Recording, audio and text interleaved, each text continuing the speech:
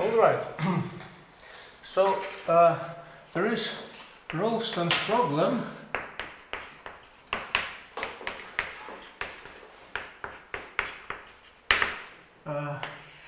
Is every knot isotopic to the unknot?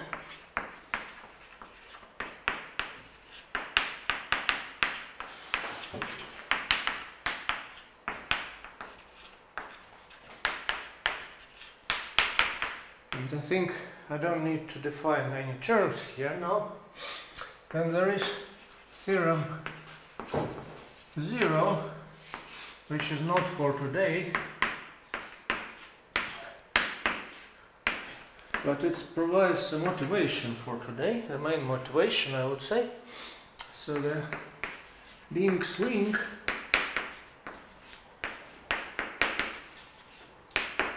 is not isotopic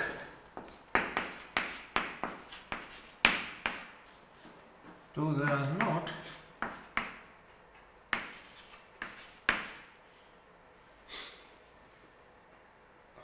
actually I can write here to APL knot.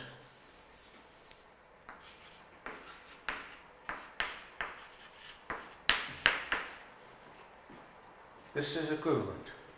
And here I can also say to APL knot, and this will be a stronger assertion. Is not isotopic to any PL knot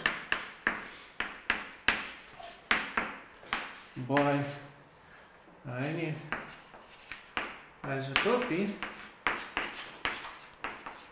which extends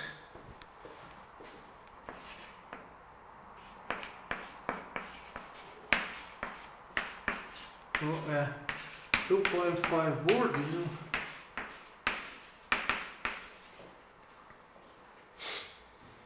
of two component links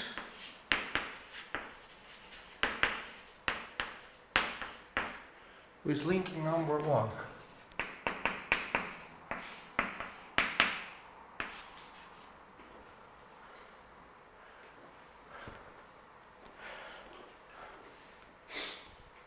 So I will recall the definition of a 2.5 Borgism in a moment. But before I do that, let me state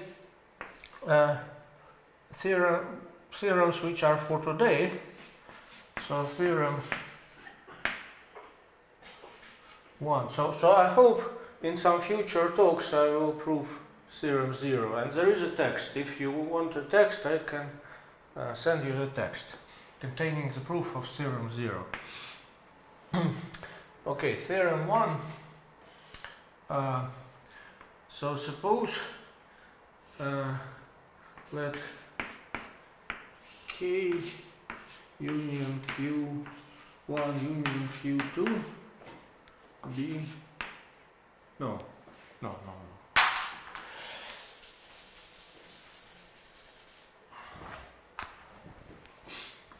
Given an isotopy KT of a knot, so T belongs to 0, 1, and given knots Q0 in S3 minus K0 and Q1 in the complement to K1. So I equals 0, 1. Such that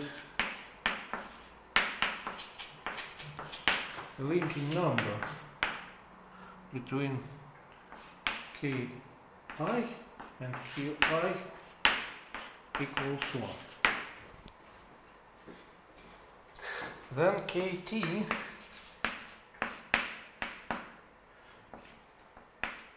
extends to a two-Borgism between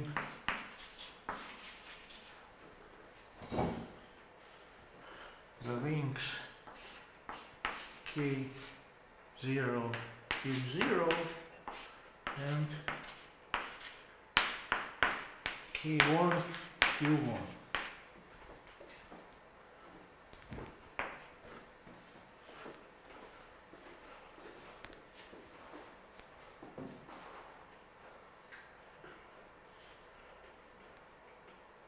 And theorem 2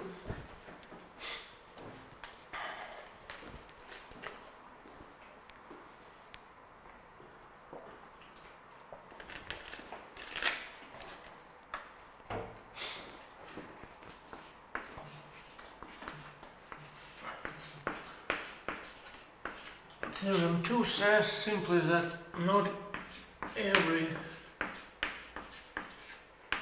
2.5, no, not every isotopy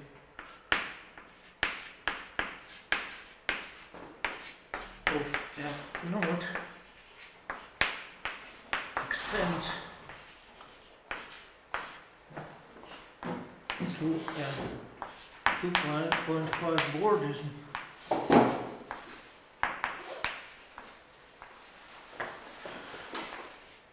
of a two-component link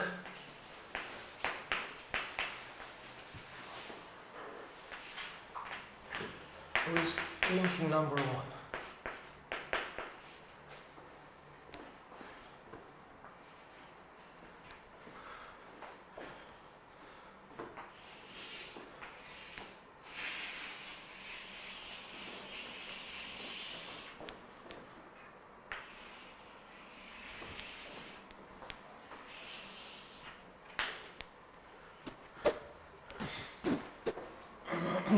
So I think last time I proved theorem 1, but I think some people were not completely happy with that proof. It was an algebraic proof using modules, and there is actually a geometric proof. So maybe today, after the break, I can tell you the geometric proof of theorem 1. And for theorem 2, we didn't start discussing it, but this is what I'm going to do now, after I recall the definition of an n-boardism. Now, I think that theorem 0 provides sufficient motivation to discuss theorem 1 and theorem 2, but of course one can ask the question, since Rolfson's problem is still open, one can ask the question that maybe n-boardism is not the best equivalence relation that one can come up with in this context. Maybe one can have a different approach based not on n-boardism, but a different approach. And so the question is why this n-boardism and not something else? So I think Piotr Michałowicz asked this question last time, and it's a very good question.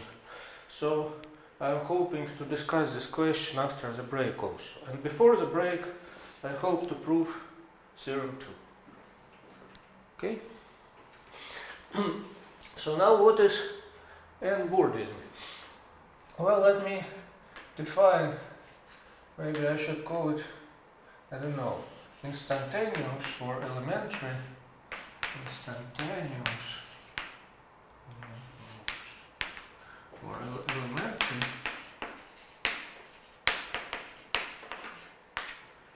n-boardism is the following. So we start from one two-component link and exchange it to another two-component link. But the first component is the same. We only change the second component. And we are allowed to do this change if the following condition holds. So this is allowed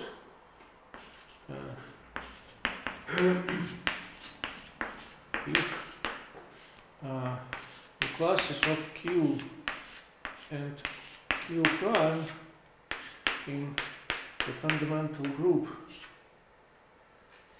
of the complement to K modulo the nth term of the derived series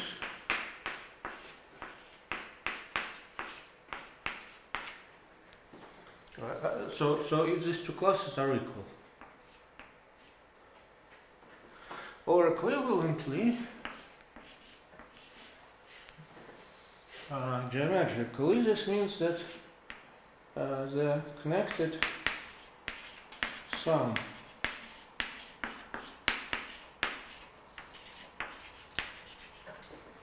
of Q and Q prime along some band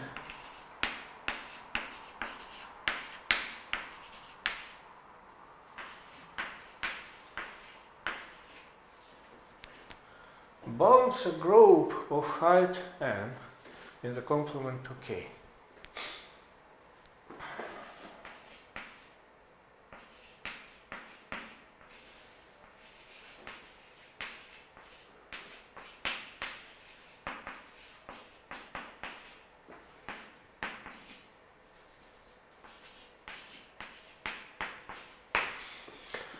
So maybe I shouldn't draw groups now, I did it last time, but maybe I should say that many people also speak about groups of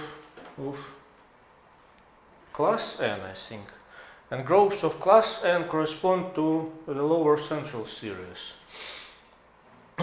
But we don't need them, we need groups of height n, and this means some people also call this symmetric groups, because they grow in both directions. So they correspond to symmetric trees like this. And this is n is this height. How high is this tree? And those other groups which correspond to the lower central series, they can be non-symmetric like this. And the class is the sum, I think, of the number of leaves or something. But we don't need this.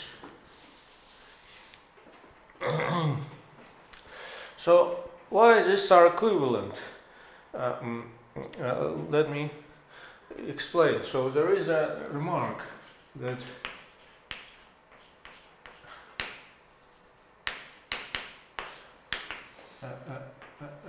if we have two nodes Q and Q prime, then their classes are equal.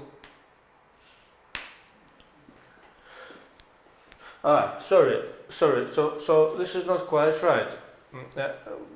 These are not well-defined classes because they are not connected to the base point.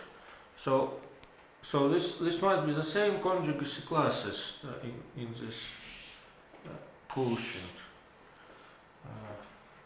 Maybe this C stands for conjugacy classes of a group.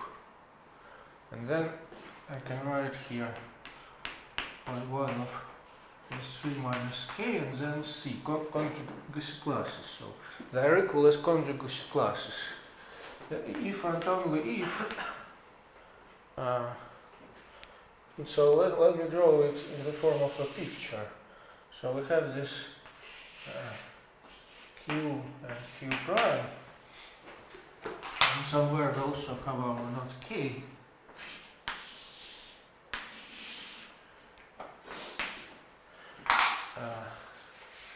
And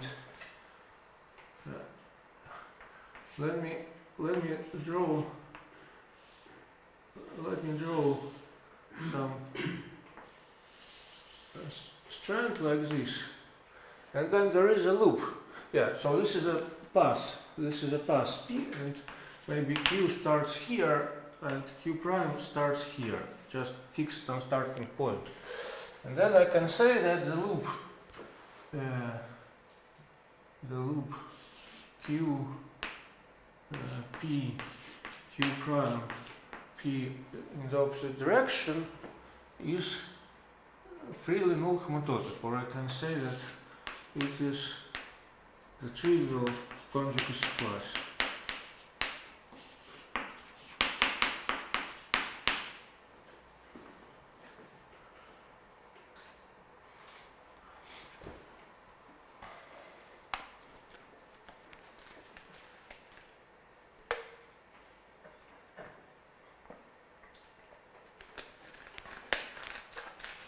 Is this statement okay? Is it clear what it means? Что говорит? Понятно, но хотел бы несколько секунд, чтобы понять, ну, в чем смысл. So the statement is, sorry, there exists a P, such that such a loop is freely homotopic to the constant loop. Okay, so the statement is, suppose we have two free loops in the complement to a node. Actually, it can be in any space. Then these two free loops are freely homotopic if and only if when we connect them by a path, by some path, this, so to say, connected sum is null homotopic. The connected sum is, we first go along Q, then we go along P, then we go along Q prime, and then we go back along P and come to this point. So this is a closed loop. Простите, вот до равносильности какое утверждение написано? Here the statement is that they are equal. The conjugacy classes are equal, or equivalently, the two loops are freely homotopic. Okay? So, should I discuss the statement more, or statement is okay? So the proof is very easy. in one direction,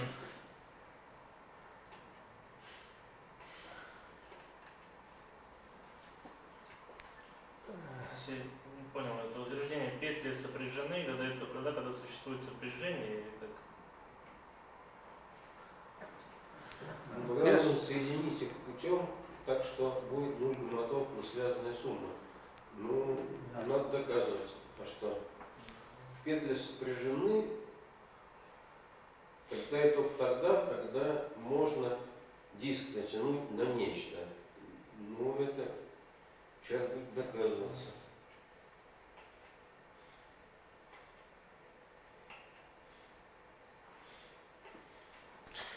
Well, you see, somewhere we have the base point.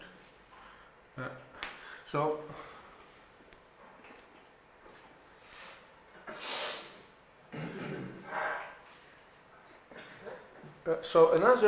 what does it mean that the conjugacy classes are equal?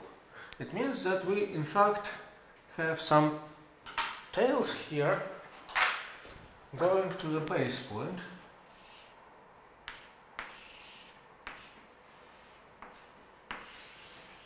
And in fact these are fixed. Well, then we get elements of the fundamental group once we fix these tails. And then we look at the conjugacy classes of these elements, and this is what this means. But these conjugacy classes don't depend on how we choose these tails, because if we choose a different tail, it is going to be conjugate.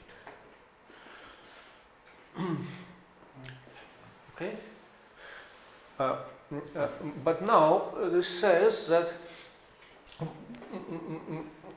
this Q and Q prime with these tails are conjugate. So this means that there exists some loop like this, so that if we go along the first loop, then along this, I don't know, G, and then along the second loop, no. But conjugate means that Q conjugated by G equals Q prime, for example. Or G inverse QG. Okay, G inverse QG equals Q prime. Okay. This is a special case of what is written below, because this G inverse QG can be understood this way. So we start here, G inverse, no, okay, let me draw it this way. G inverse, again, wrong. So, okay, we start here, G inverse Q, G, and then Q prime, and we come back. And we get precisely a picture like I had here. So this means that this implication is proved.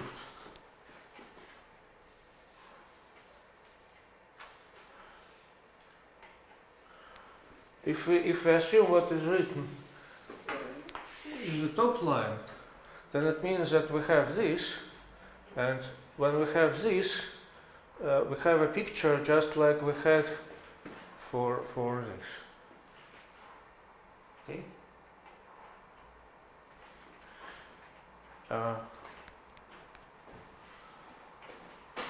And conversely, if we had such a picture with this path P, then we can always bring it into this type of picture, because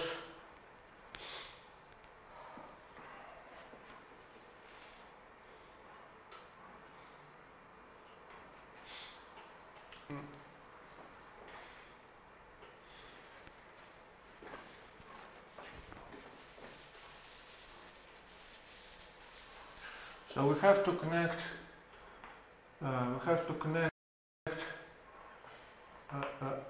We have to choose some tails to the base point,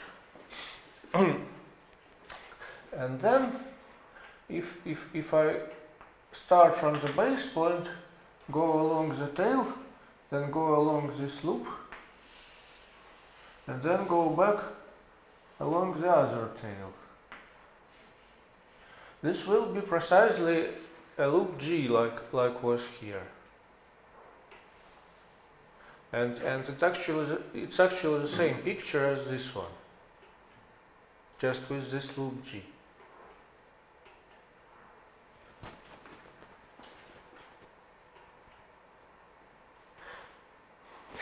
Maybe it's just something that everyone can think about himself, because this is an exercise and it's not no use to spend much time on it, I think. Лично я забыл, что такое 2,5 бордизм. Вот. Ну, пока что понятно. То, что вы сейчас повторяете, это хорошо, но... Вы забыли именно половину, с целыми нормально. Ну, с целыми вы еще не определили. То есть вот сейчас вот уже все доказали, с целыми определено. Потому что там централ все-таки целая n. С половиной что-то я забыл. Okay, yes. So let us return to n-bordism. So here n is half integer, and so what does it mean? Well, so what is the nth derived subgroup? So for integer n, this is just the commutator subgroup of gn minus 1 and gn minus 1, where g1, okay, g0 is g. So g1 is just the commutator subgroup of g, g1 is g prime, which is GG, and G2 is G double prime, which is, I don't know, maybe I should write it G prime, G prime. So for half integer n plus 0.5,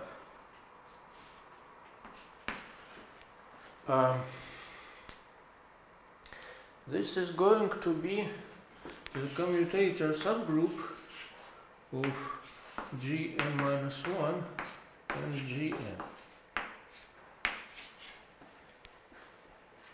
So if I write Gn plus 1, this is the commutator subgroup of Gn and Gn. And so here we have Gn and Gn, here Gn minus 1 and Gn minus 1. But I may put both of them. So this will be something intermediate between this and this. And it's natural to do this. And other people also did it. For example, Tim Cochran and his student.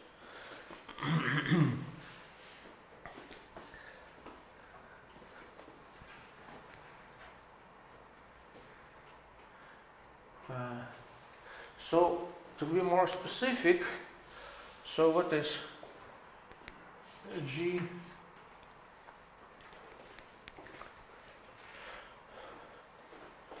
Okay, so here I think n is greater than 0.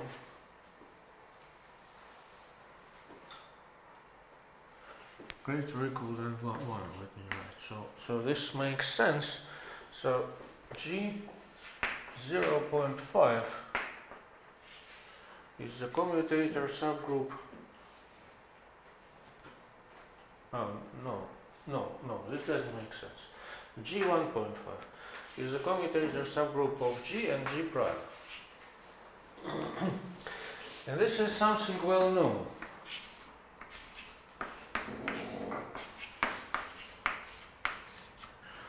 This is the second lower central term, gamma 2. So this is generated by all commutators of length 3.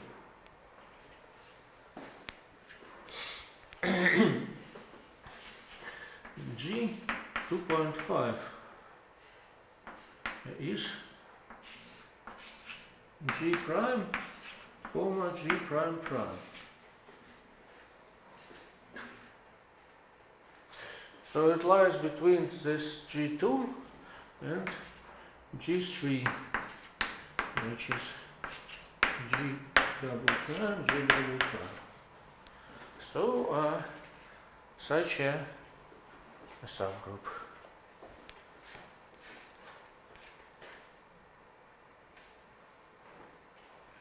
Can I raise the definition of n-bordism?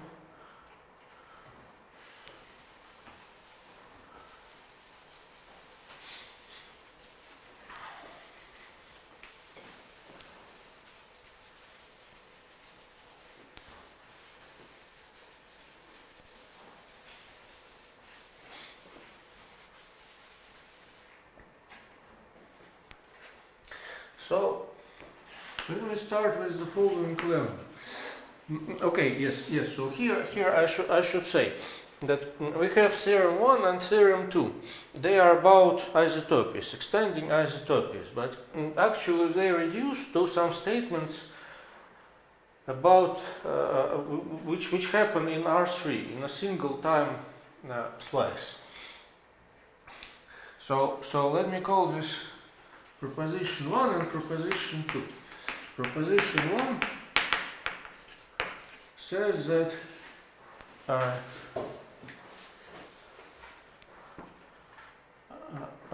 yes, so if we have, for example, a link K union Q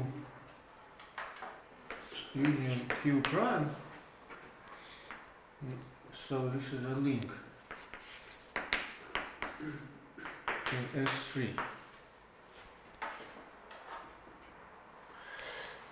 such that the linking number, okay, how about Q0 and Q1?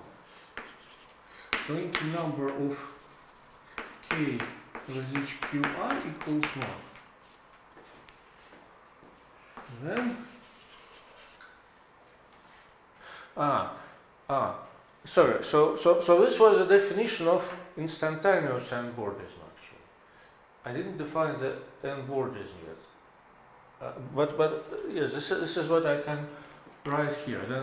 Then KQ0 is, or elementary, maybe elementary is better. What do you think, elementary or instantaneous?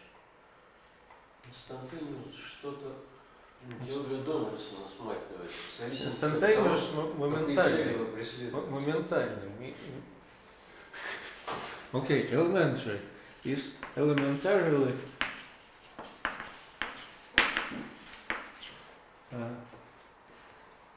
two-bordered.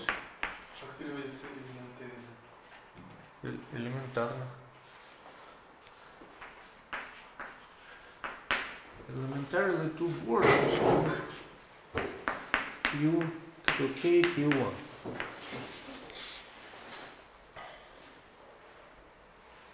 А, в смысле разбили на элементы? Yeah, so actually I should define an n-bordism, and so an n-bordism is just a sequence of, well, okay, so n-bordism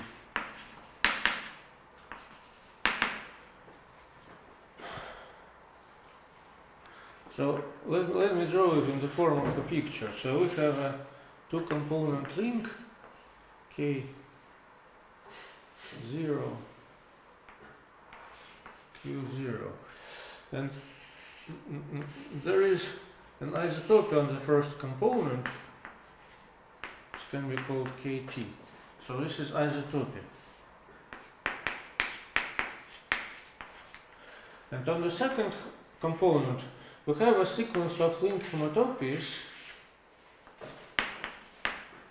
and elementary n-bordisms.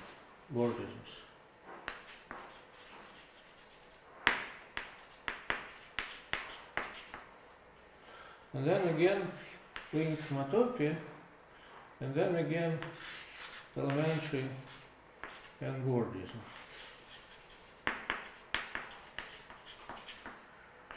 And so on. Не понял, что означает слово элементарий?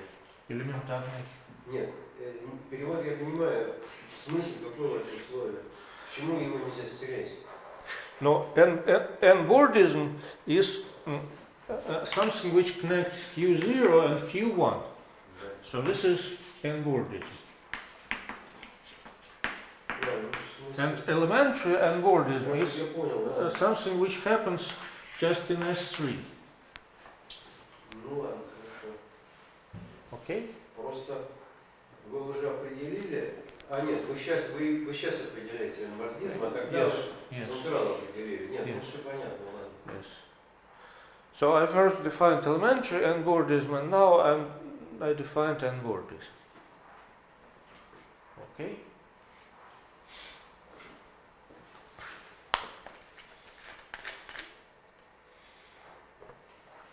And bordism is composition of elementary bordism. Yes, n-bordism is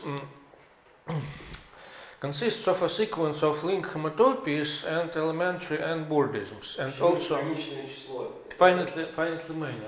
I require this, and also I require that on the first component we have isotope. Okay. So proposition 1 says that if we have a link of 3 components such that so we are really looking at this picture now. We have this K and this Q0 and Q1, and the linking number of this with K is 1 and of this with K is 1. Then there is an elementary two-bordism. So elementary two-boardism is possible always. It is always possible as long as we have linking number 1. And I think I proved this last time, but again there is a geometric proof which I hope to discuss after the break. So how proposition 1 implies theorem 1? Well, there was a lemma last time which said that I can just randomly pick some components in the complement of this isotopy and keep them for some time. And using that the unit interval is compact, I can find a finite subcover so that this small segments cover the interval. and then each exchanges will be an elementary two-boardism by this lemma.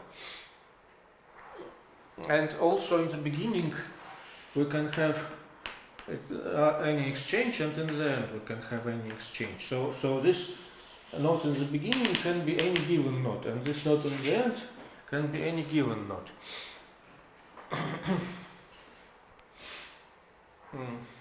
And yes, I think I said one stupid thing last time, that it is difficult to choose. It is not so trivial to choose a PL node in the complement of a topological node which links it with linking number 1. No, it is not difficult. What is a little bit difficult is if we want this node to be unknotted.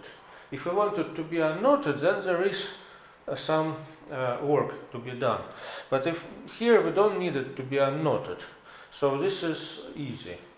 So we just choose any homology class which is Alexander dual to the generator and represent this homology class by a closed loop. If two-boardism, it means every fiber write two components. Can you say Russian? Два бородизма, это значит две компоненты в каждом слое справа. Two-boardism means that here we look at the quotient by G prime prime. This one. Or we look at groups of height 2.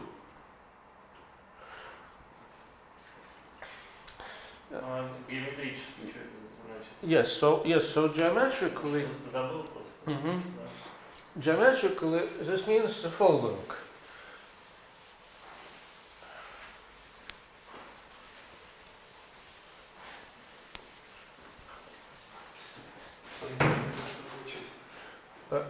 Geometrically, we have a surface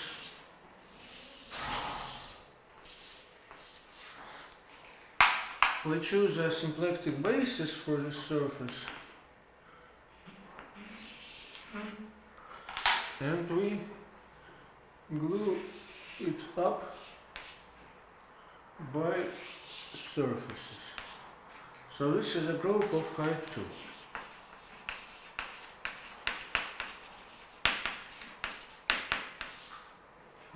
There can be more handles.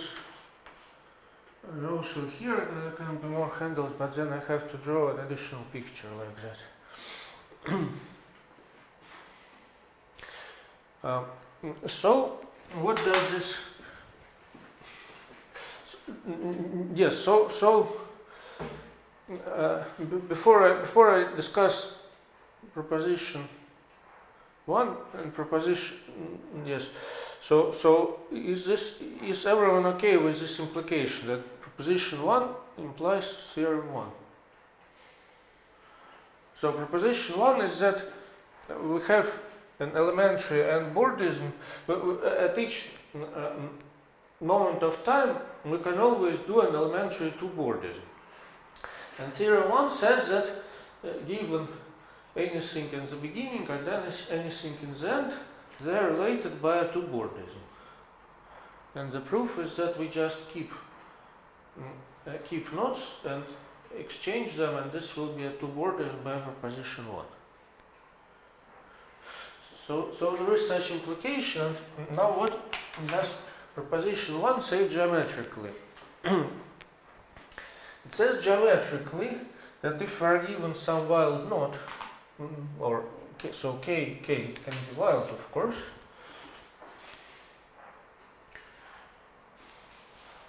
Let me draw some specific picture of a wild knot.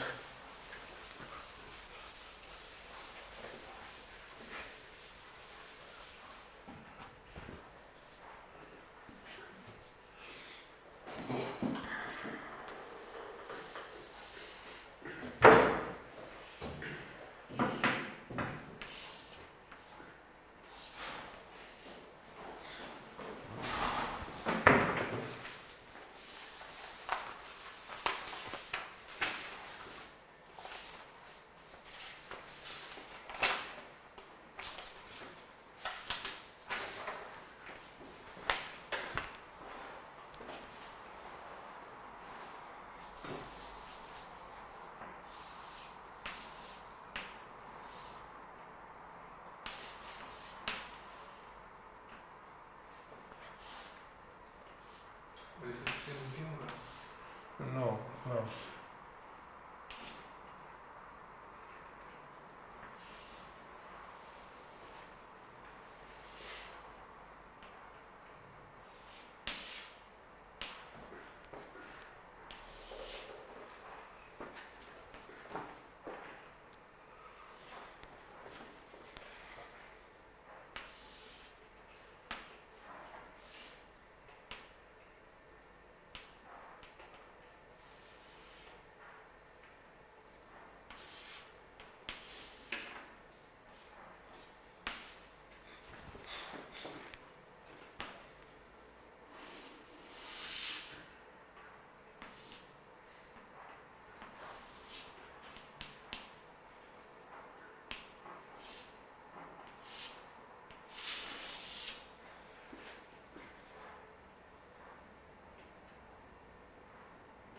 Okay, so this is just some periodic picture. I'm repeating the same, and I can make it smaller and smaller so that it converges to a point here. So it lives in such a cone. And here also I make it smaller and smaller so that it converges to a point. It's at least. So this will be a wild arc. Дикая дуга. Оно что, связанное, да? Yes, yes. I start here, go here, here, here, here.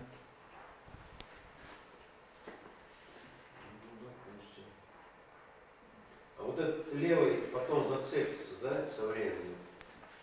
Вот на этой картинке он не зацепляется с остальным, но со временем зацепится, потому что надо смотреть на следующий фрагмент, а Okay, okay. Let me draw something else. Отличная картинка. It was not very beautiful, sorry. Let me try again. It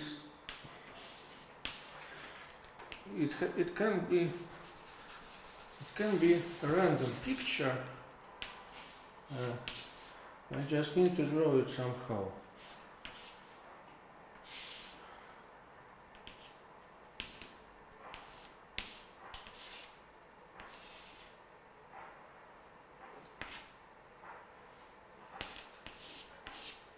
So you can say that this is locally like a, well, there is some similarity with the being sling, yes. And here I can make it this way, for example, and this way. And here I continue to draw in the same way, but it gets smaller and smaller.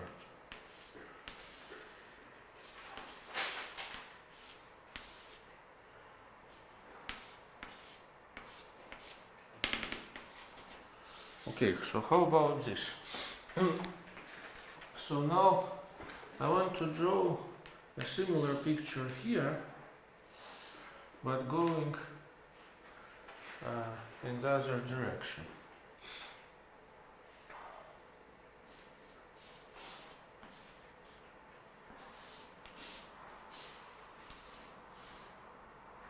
Это то же самое? I want to draw something similar to this part. Посмотрите, вот то, что вы стерли, это было то же самое, что вы сейчас? No, no, no.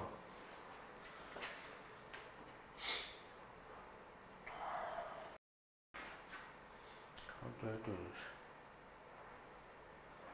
Ну это уж точно не связано. Вон там нижняя явно отвалилась. Можно я дорисую, Петр Михайлович?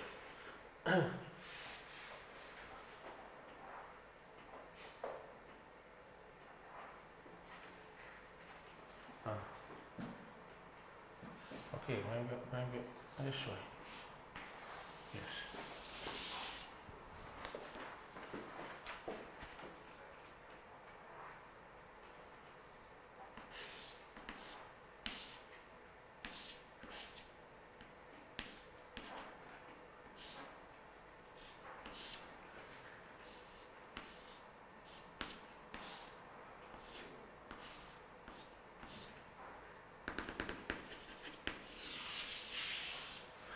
Okay, how about this picture?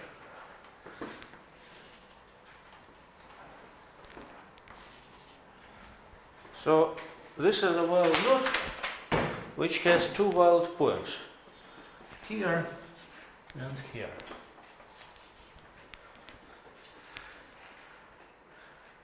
And in some sense it is symmetric. Or if you draw it properly enough, then you can exchange these two wild points by a homeomorphism.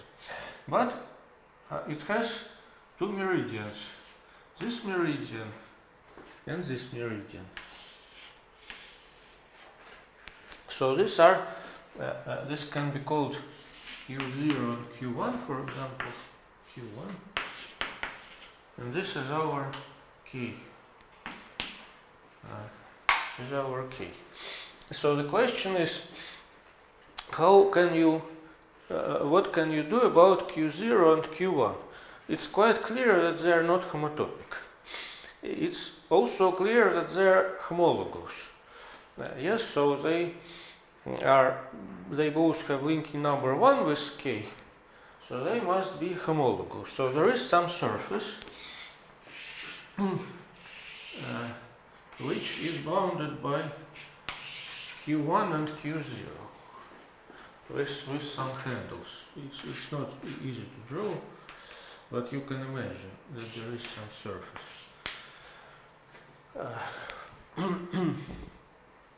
Существует ли способ доказать, что они не гомотопны, который можно быстро объяснить?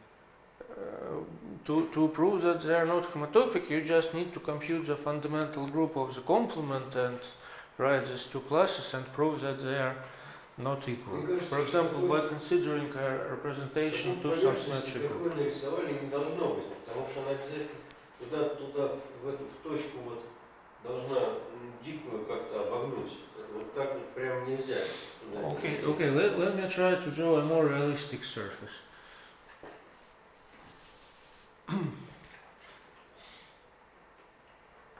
Yes, you can do like this.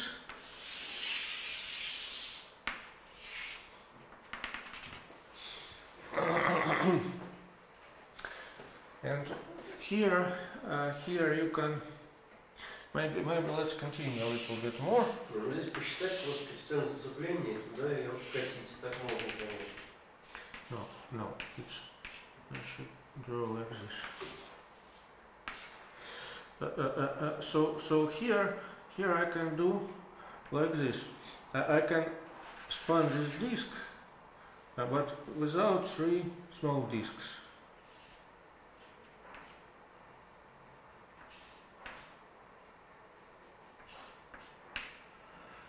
And here I attach a handle, and here I don't attach a handle, or I attach a handle, but it will go for a long time.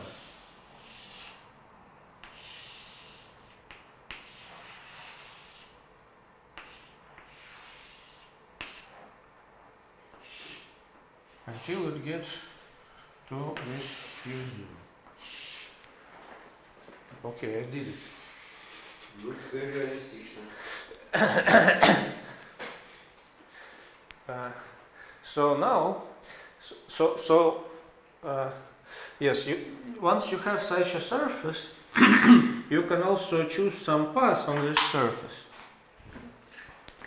Some path going on this surface, and take a connected sum of Q1 and Q0 along this path, like this. And then you get that some connected sum of Q0 and Q1 along some band B. This is a band B. Bounds a surface in the complement to K. But we want that some connected sum of Q0 and Q1 bounds a group of height 2. So we want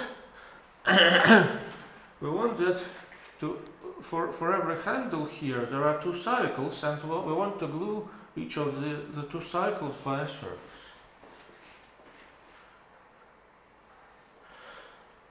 And it looks, if you just look at this picture, it doesn't seem to be possible on the surface. С первого взгляда кажется, что не получается. Ничего не кажется с первого взгляда. Ну, в общем, трудная задача. So when I first started thinking about this sort of questions, it was almost 1 year ago, in April, I think, or maybe in March. I had precisely this picture, precisely this wild dot, well, maybe slightly different here, but the same idea. And I tried to construct such a group of class 2, and I couldn't. And I thought that probably it's impossible. And I started to prove that it is impossible to find a group of class 2 in this picture. So I wrote down the fundamental group of the complement, and I tried to find a representation of this group in symmetric groups or finite groups which maps Q0 and Q1 to different conjugacy classes. And I looked at all finite groups up to order 100, which there are quite many of them. So it took a lot of time. And I didn't find any representation. I tried to use some software. So this is really not obvious. And last time we proved that such a group exists by some algebraic argument. But maybe it is not so convincing, because okay, it exists, but where it is? So I think I should prove it geometrically, but maybe I should do it after the break. All right? So this is proposition 1, which we want to prove after the break. And there is proposition 2, which will imply theorem 2. So proposition 2 says that there exists a wild node K, and its meridians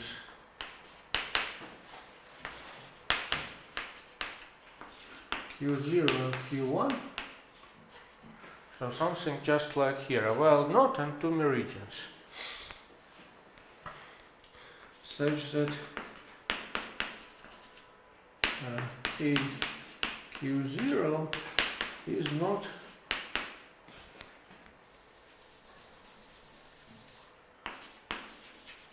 elementarily 2.5 ordered to KQ1.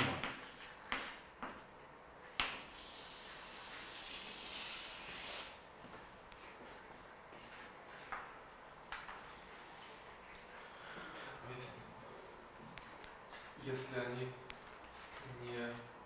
То есть для фиксирования первой компоненты элементарный n-бардизм и n-бардизм это одно и то же ведь все равно получается.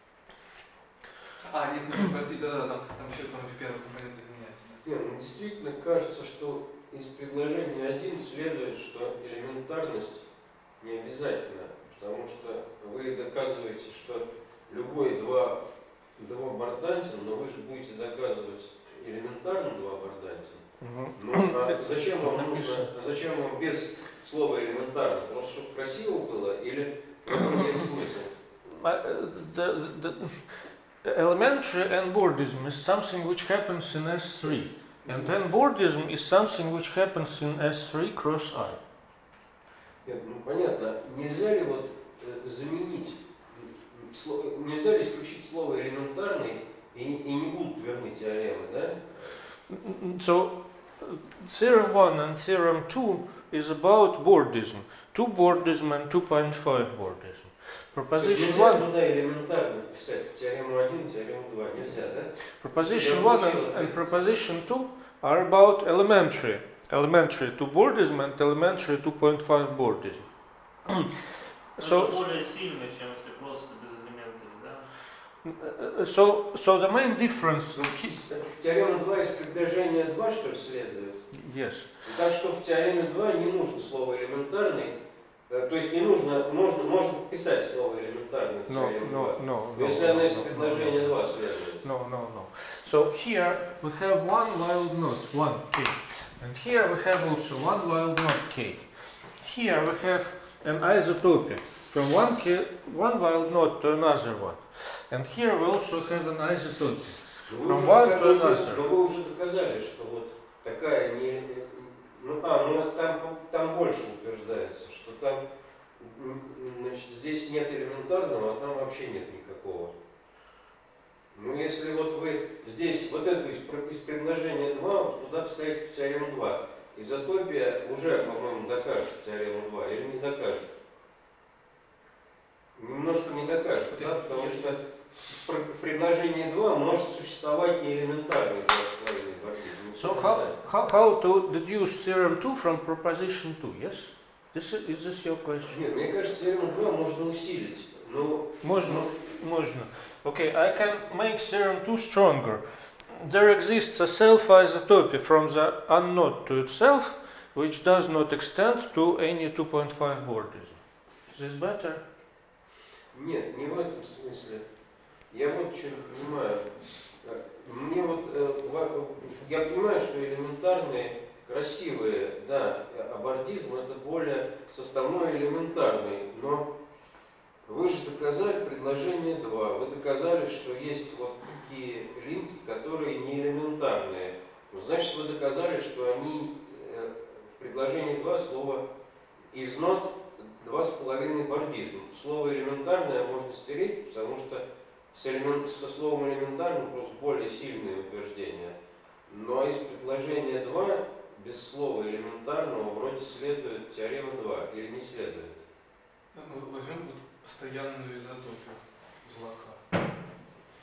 Ну и будет теорема уже доказана, да, вот постоянную возьмем, а вот эти вот маленькие, такие как там. Okay, you are right, yes. From proposition 2, yes, I can deduce theorem 2 in a stupid way by just taking a constant isotopy. This is right. А теорему 1 уже не может. Там нужно, but here, yes, so let me write a stronger statement. There exists a self-isotopy and self-isotopy of the unknown,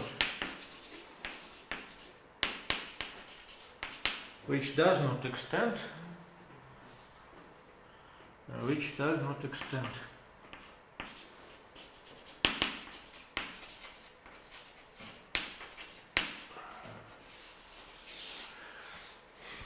So how do I obtain a self-isotopy of the unknown which does not extend to a 2.5 bordism? I do it in the same way as I did last time for Zastrov's example. So if we have such a wild node K with two meridians which are not elementarily two bordered in this time slice, then I take the isotopy to the unknown, which is obtained by looking at this disk and shrinking everything else to a point. And this will be one isotopy to the unknown.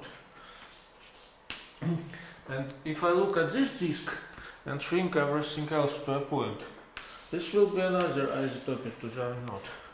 And now if I look at the composite isotopy, I claim that it does not extend to any 2.5 Bourdism, because there was a lemma that the complement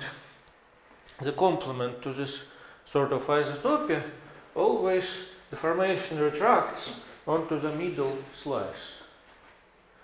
And so if there is an elementary two Bourdism, I can retract it to the middle slice and I get a sequence of elementary 2.5 Bourdisms in this middle slice, but they don't exist by proposition 2. So I think now I'm going to prove proposition 2 and later after the break also proposition 1 geometrically, and everything else I can erase. Yes?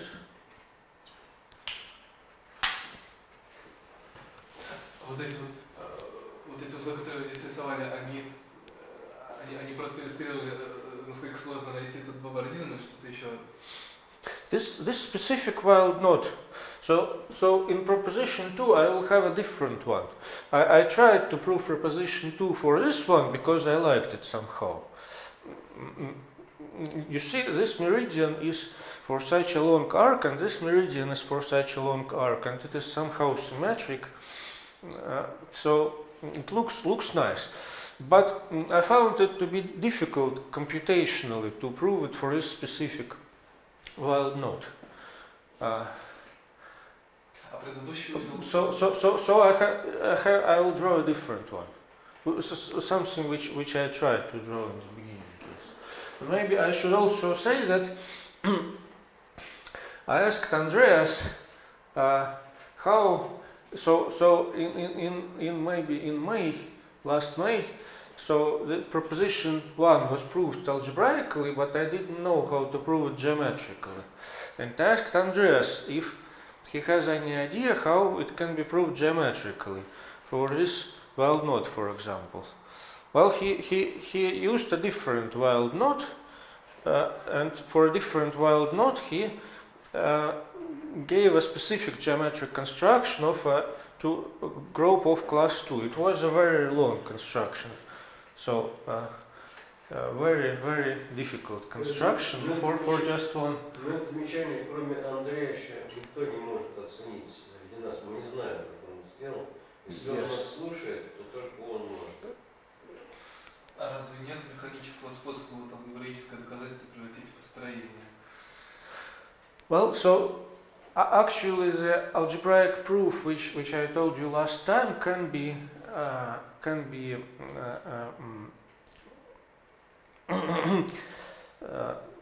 transformed into a geometric proof, and this is how I found the geometric proof actually. But in the beginning I only knew a different algebraic proof using the theory of metabelian groups, and that algebraic proof, that is not, I don't know how to transform it into a geometric proof.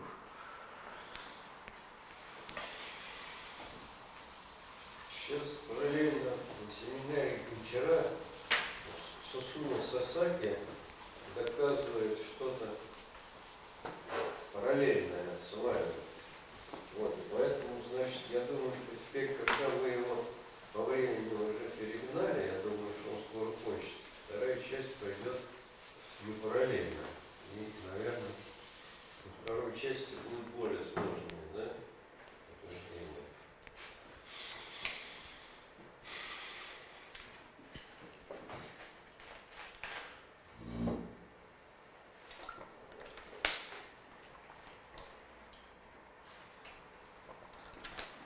This introduction took surprisingly long time.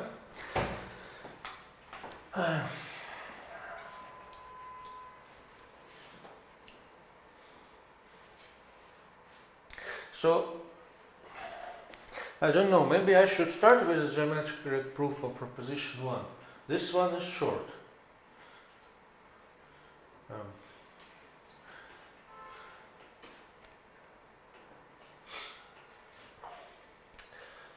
Если это аргумент, то я уже написал 5 слов насчет того, что вы собирались до этого сейчас рассказывать. Okay, should... Ну докажите предложение 1. По-моему, его можно понять. Okay. Okay. Let me first prove proposition 1 and then return to proposition 2. So we have precisely such a situation, and I want to find an elementary two-bordism between Q0 and Q1. How to do this? Well, let me draw a schematic picture.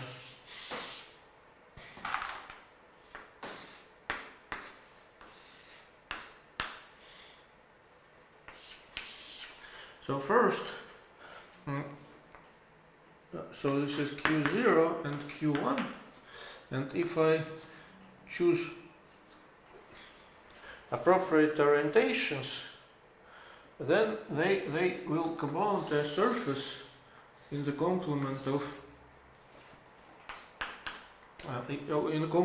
this while not K. Well, actually, just like this surface.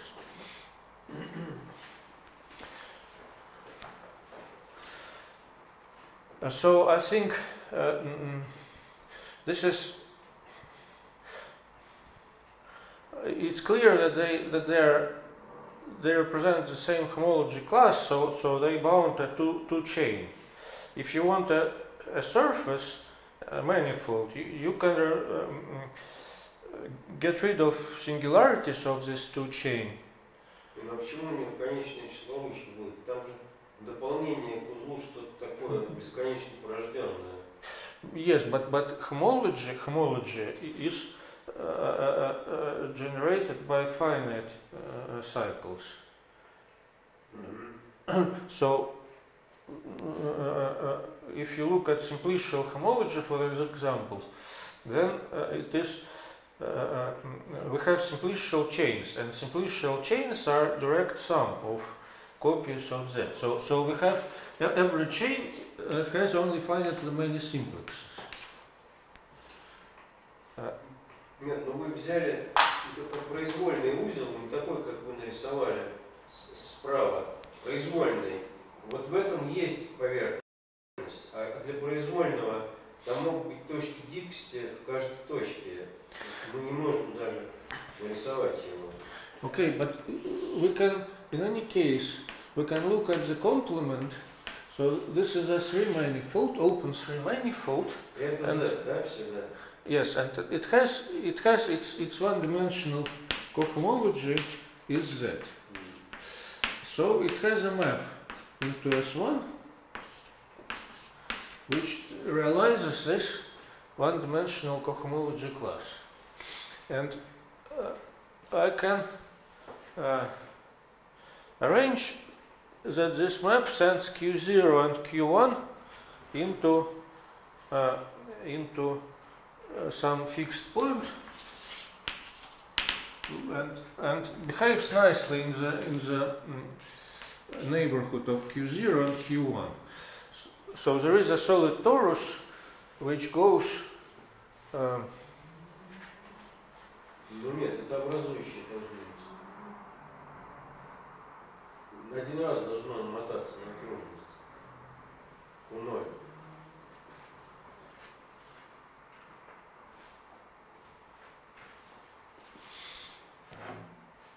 Ну это самое, если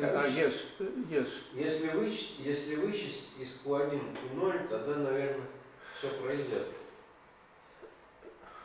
Yes. Let us first take their connected sum somehow, just like this. Then the connected sum has linking number 0 with k. And then this connected sum will just bound some surface by using this pentagon construction. So the surface will be the preimage of this point. We can send this connected sum into this point by this map because it has linking number 0. And we can do it so that it behaves nicely in the neighborhood. Если здесь все можно гладко сделать, ну, наверное, можно. Yes, this map is smooth. Yes, and then we take the transverse preimage of this point, and it will be a Seifert surface for this connected sum. And finally, we add this band, and it will be a Seifert surface for this two-component link in the complement of K. Okay? Ну, наверное, раз вы нас здесь уже обманули, то теперь, конечно, можно. Где я вас обманул? Ну вот, когда вы это все так вписали, так, ну просто узел для меня слишком сложный, а утверждение, что... So do you agree that... Это было открытое многообразие, да, Yes. и в открытом многообразии есть эти самые гомологичные циклы, и там не нужно бесконечное число ручек, они нам абсолютно не выйдут, да? Но эти все-таки гомологии нужны с компактным носителем все-таки, они не должны подходить к узлу. Это ничего. Вот там двойственность между гомологиями и какими гомологиями. This is usual cohomology. Но вы вот когда конструкцию Пантрягина берете, вы какую двойственность используете? У вас обычные гомологии, да? Everything is usual. Usual cohomology of the complement to K is isomorphic to the usual homology of K, which is Z. So this is also Z. The usual cohomology is isomorphic to the set of homotopy classes from the complement into S1. Yes? Даже в классе гладких изображений. Well, first this is a homotopious theoretics, this is algebraic topology. But then we recall that this is a smooth manifold. So there exists a smooth map. Well, first we find some map, but it can be approximated by a smooth map. Нет, ну конечно гладкая. А вот эти наши циклы, когда вы аппроксимируете, они не попадут туда на бесконечность. Of course, we have infinitely many handles here or infinitely many cycles, and this stuff, it can wind here as we approach the wild point. Something complicated may happen here, but we are not going to go there because Q0 and Q1 are far from the wild point. When we connect them by a band, this band is also far from the wild point. So мы используем, что есть недикие точки, в которых в окрестности узел недикий. no, we are not using anything like this. So Q0 and Q1, they are smooth, and they lie in the complement, they lie in this smooth manifold. After we take the connected sum, this connected sum, it lies, this is a smooth knot, which lies in this smooth three manifold. This is a smooth map. We can homotop this map so that this smooth point goes to, so that this smooth knot goes to a single point, because it has linking number 0 with K.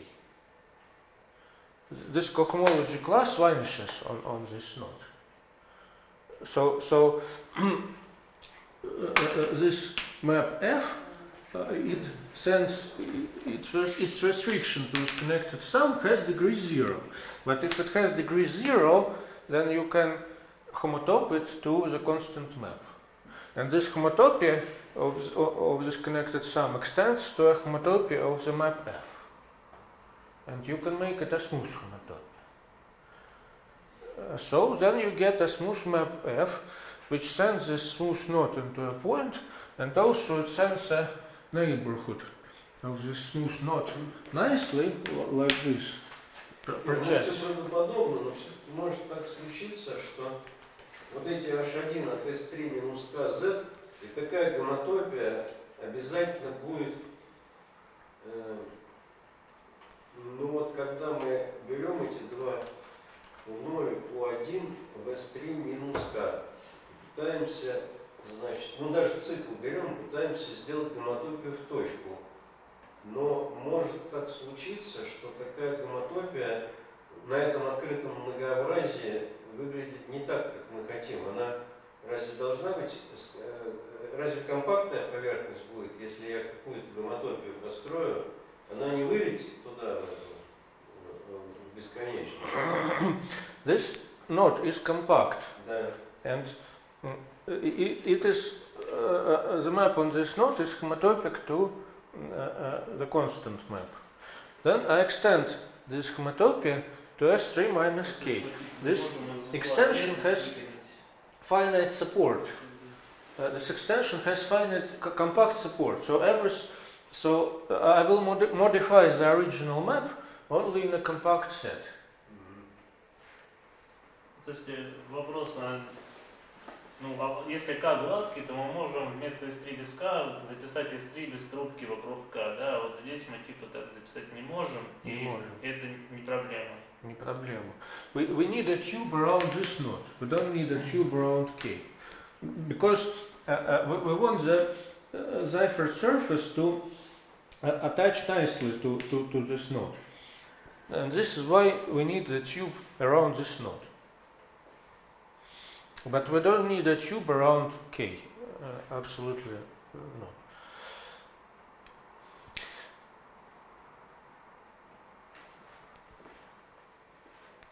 А вот как две гомологии устроены? Вот они просто гомотопны, как отображение в окружность. Это отображение открытого многообразия в окружность. Но это что-то такое все-таки сложное, потому что если я возьму компактную кривую, посмотрю на эту гомотопию, то она что будет? Она будет обычная, да, гомотопия? Нет, видимо, да, потому что там это самое лемма Боррелли есть о компактности, что там можно, значит, если есть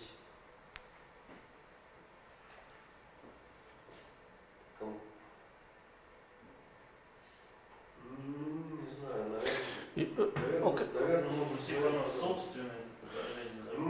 Я не понимаю такие рассуждения, но я это самое знаю, что Сергей Александрович Well, if you don't like open manifolds, you can argue like this.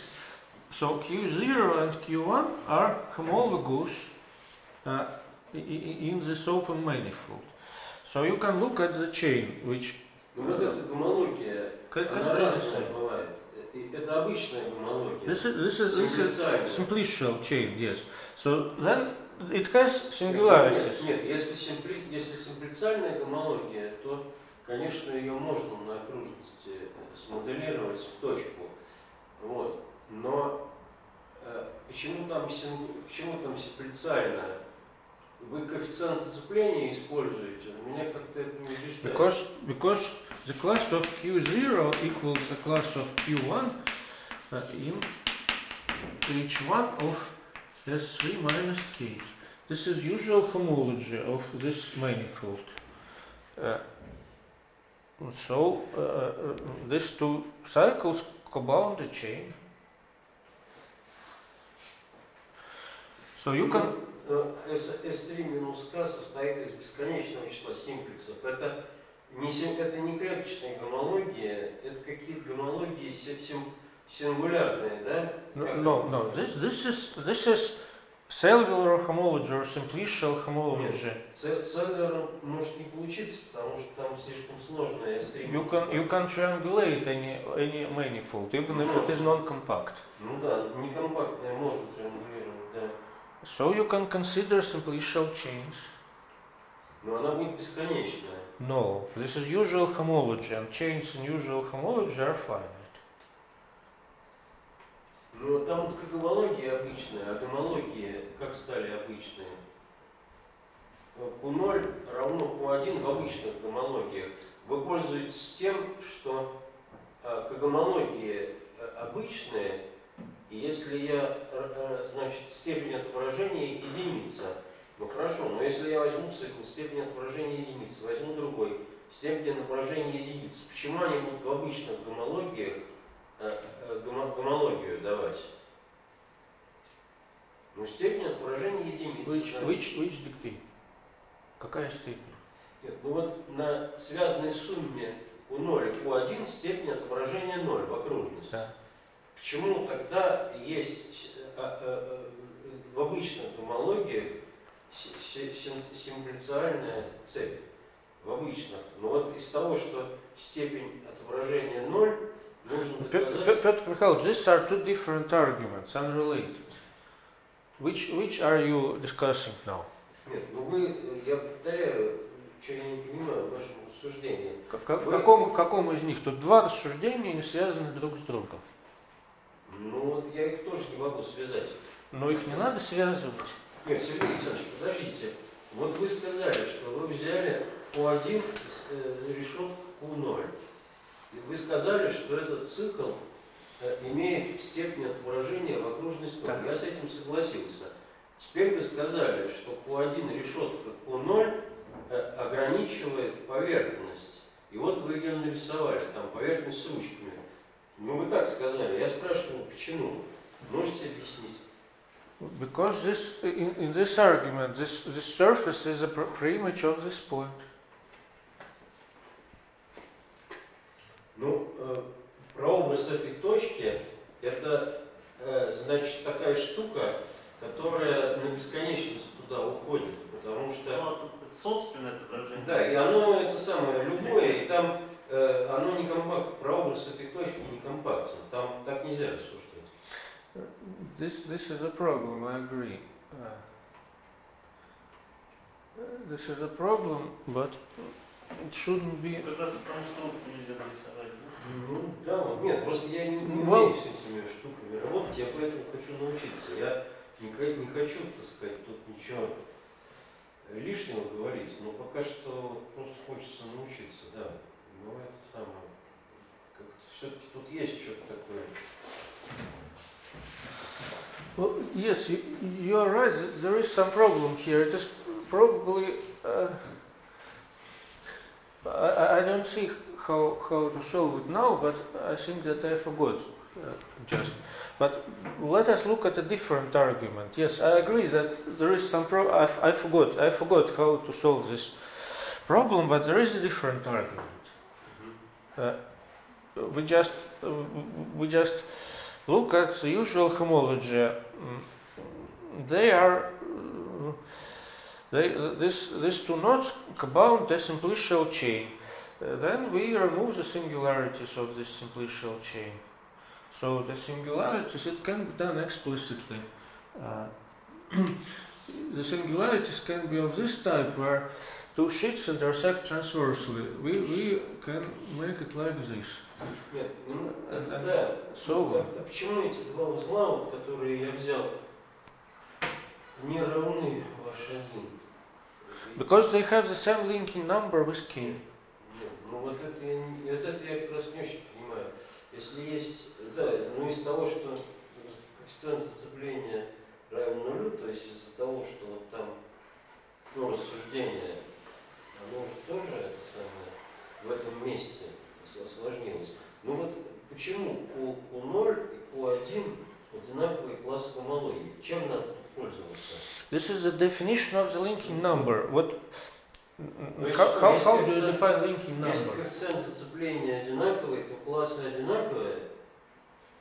What is the linking number between two wild nodes? How do you define it? One definition is that the linking number of Q and K is the class of Q in H1 of the complement of K. Ну вот теперь уже появилось H1S3 минус K, а там его не было. Там This is the same? The same? Нет, ну это вот, но эти гонологии, они это самое, совершенно бесконечно порожденные. Это совершенно дикая группа. Yes, this is infinitely generated. Ну хорошо. Значит, и что, и коэффициент сцепления одинаковый в этой бесконечно порожденной группе. Это просто... The linking number is one number. It's not an element of some complicated group. It's just an integer. Ну да. So this group is an integer.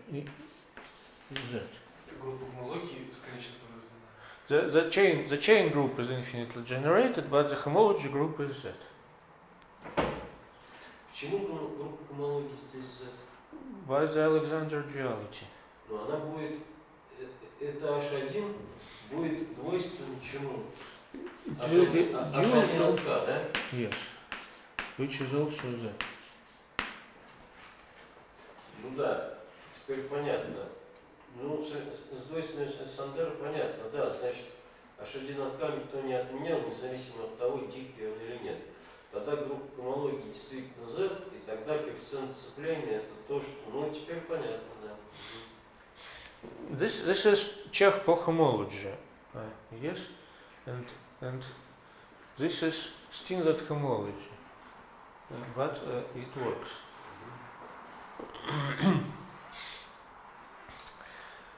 Okay, so yes, let me think about that. I think that argument can also be made accurate, but I forgot how. Sorry. So. Now we have this surface bounded by Q0 and Q1. Okay, finite surface in the complement of K. Also, we have a surface which is bounded by K, and it intersects this. So this K is a wild knot. It doesn't have a Seifert surface in general, but it has an H-Seifert surface.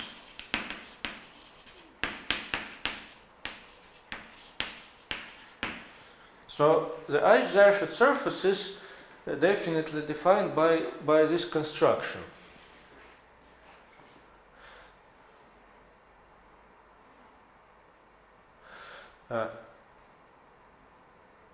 Yes, so...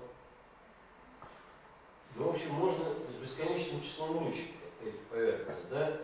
Yes, it will have infinitely many handles. Yes, I think I was just saying something wrong here.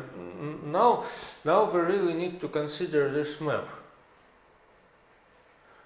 And now we really need to consider this map and take a point inverse of one point, and this will be a Seifert surface of K. Sorry about this. Yes. It will not be a Seifert surface, it will be an H-Seifert surface. So what does it mean? It means that this is an open surface non-compact two-manifold. And if we take its union with this wild knot, we may not get a compact two-manifold. Если это образ компактного многообразия. No, it doesn't have to be the image of a compact manifold. But homologically, this Seifert surface glues to this K. Well,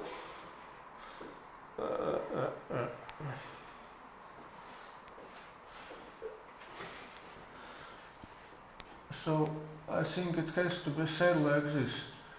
We have H2 of S3 modulo K. And it is isomorphic to homology. Now this is locally finite homology, infinite chains. And here this is S3 minus K. So this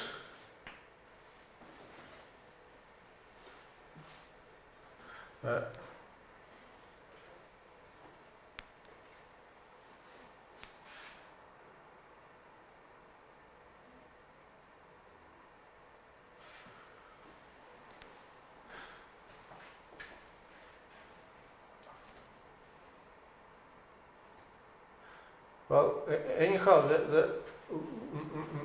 the Seifert surface we get by this construction, it lives in this group.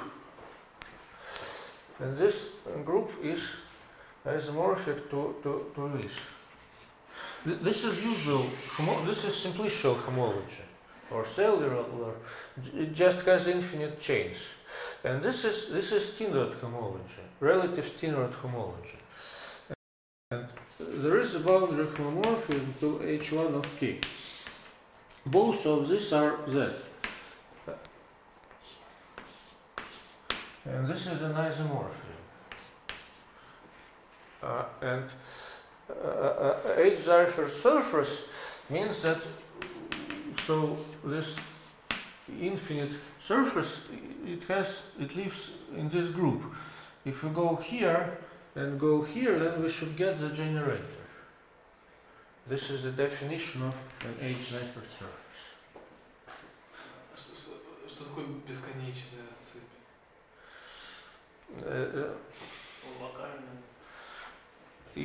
It's just все, что я об этом слышал, это что там может возникнуть парадокс, что почему нельзя определять, потому что если может оказаться, что мы взяли счетное количество гомологичных петель, и тогда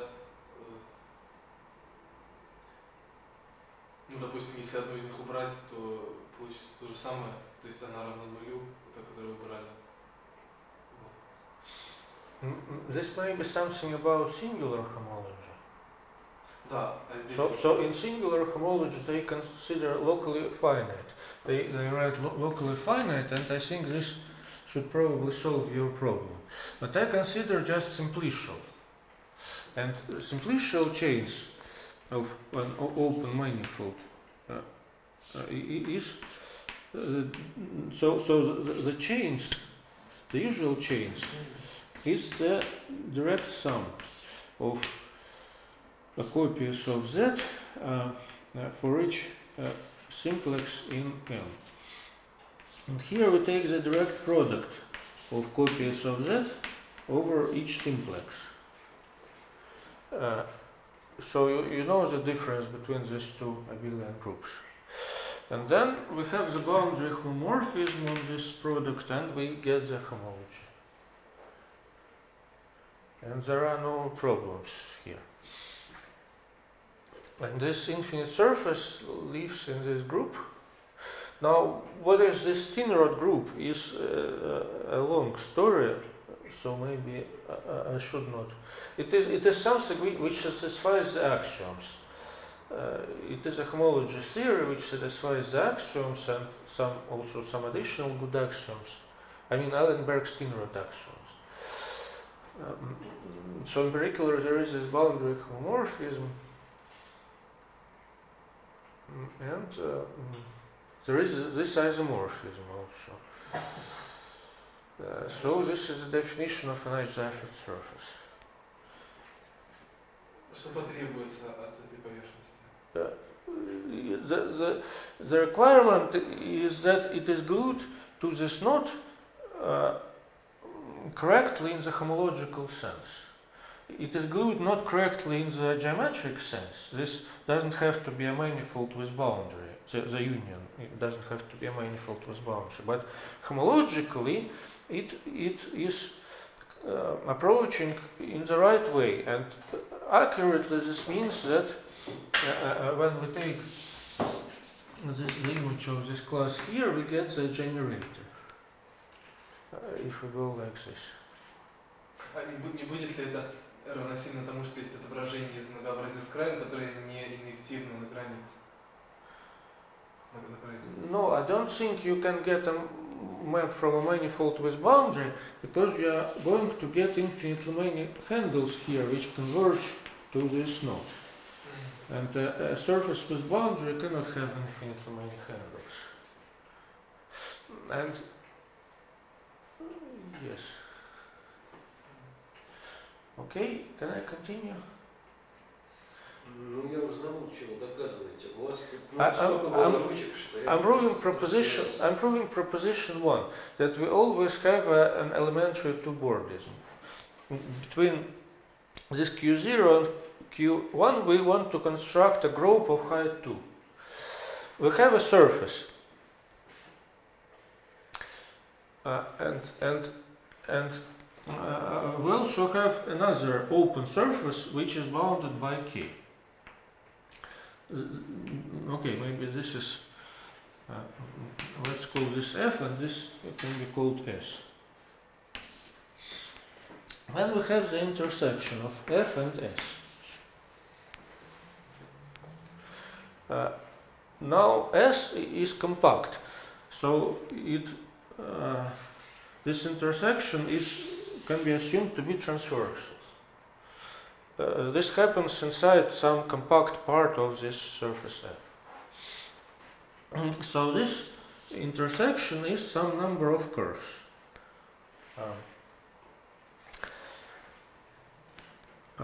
So yes, first let us look at the intersection of F with Q0. So this has finitely many points with signs, and the sum of the signs is 1, because the linking number is 1. Then there will be, if we have just one point, then it's okay, this is what we want. If we have more than one point, then there will be some pairs with opposite signs. And we can find such pairs with opposite signs which are adjacent on Q0. Соседние на Q0. And then we have this surface here and this surface here, and we can insert a tube here, and then these 2 points will just disappear. This will become like this and like this. Okay? You want me to draw a better picture? Извините, а F это поверхность чего? So F is the H-Seifert surface of K. And S is the Seifert surface bounded by Q0 and Q1.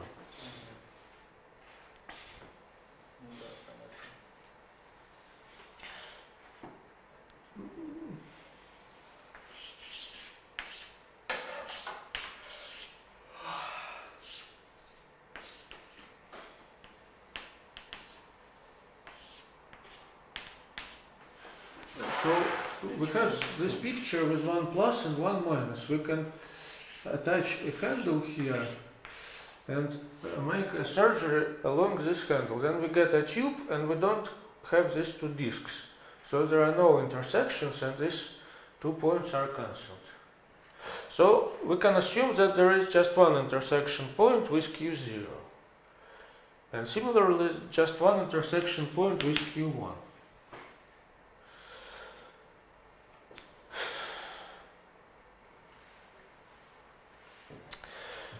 Then let us look at the intersection of F and S. It consists of a finite number of components, and just one of these. So it's a one-dimensional manifold, and we know the boundary of this one-dimensional manifold. It consists of 2 points. Mikhail, should I explain something? Okay.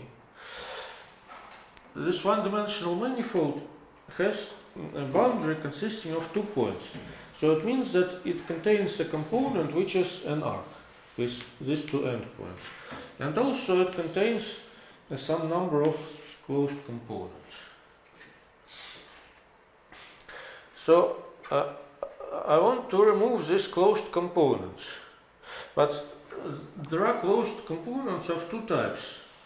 One type is non-separating. It can go around the handle of this surface, non-separating on this surface S. And another type is separating. So it bounds. Separating means that it bounds. Могут быть самые закооперированные, несепарированные, параллельные. Yes, yes, it can be, yes. Это все первого типа. Yes, and it can be like this also. So let us first look at the separating ones. Then among the separating ones there is something which is innermost, самое внутреннее. And it bounds a region which does not intersect any other components. На поверхности S? Yes, on the surface S. It bounds a region on S. And then the picture is like this. So this is S, this is this region, and so the surface F must look like this, like a tube.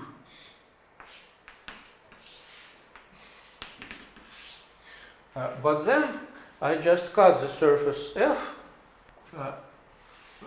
here. So I replace this intersection by two parallel copies of this intersection, and then the surface F splits into two parts here, and this intersection disappears.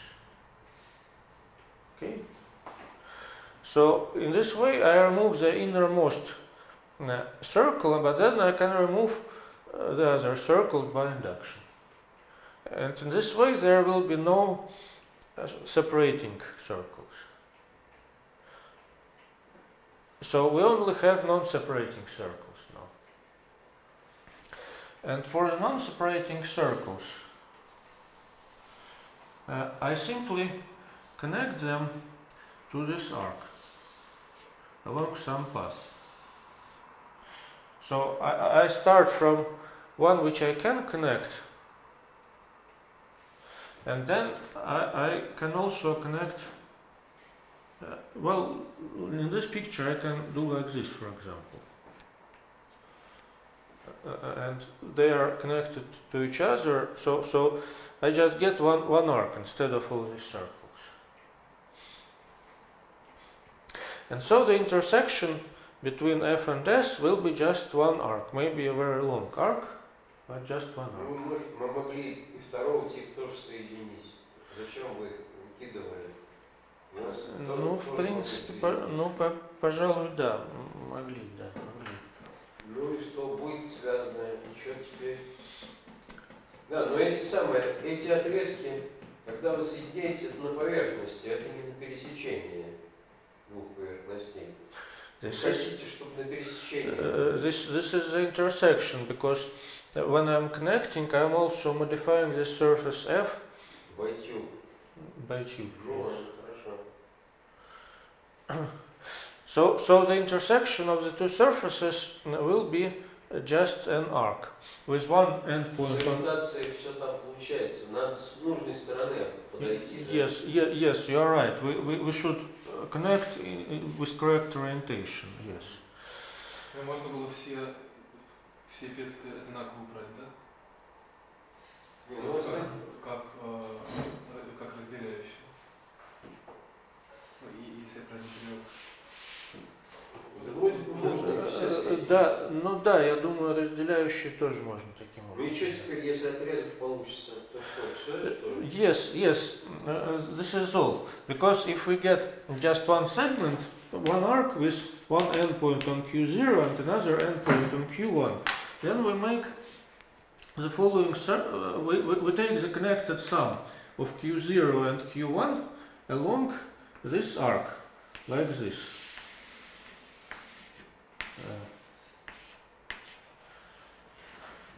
And maybe I should draw this picture separately.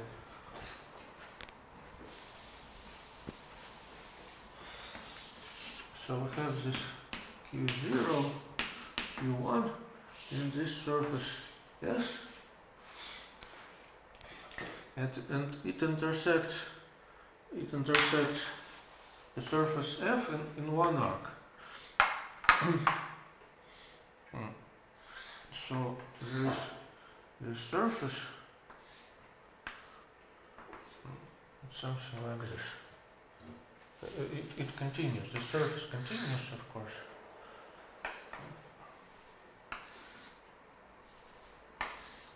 So it can look like this. And now I am taking the connected sum of Q0 and Q1 along this arc. And then this connected sum, or along this band, let's call this band B. And then this connected sum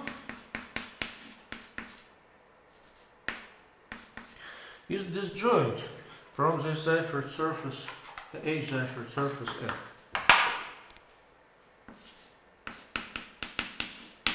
They are disjoint. So it means, well, yes. Just they don't intersect, because, but moreover, this surface S minus the band is also disjoint from F.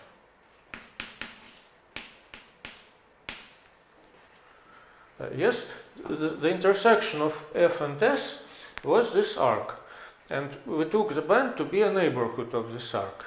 So when we remove this band from S, the intersection of what remains with F will be empty.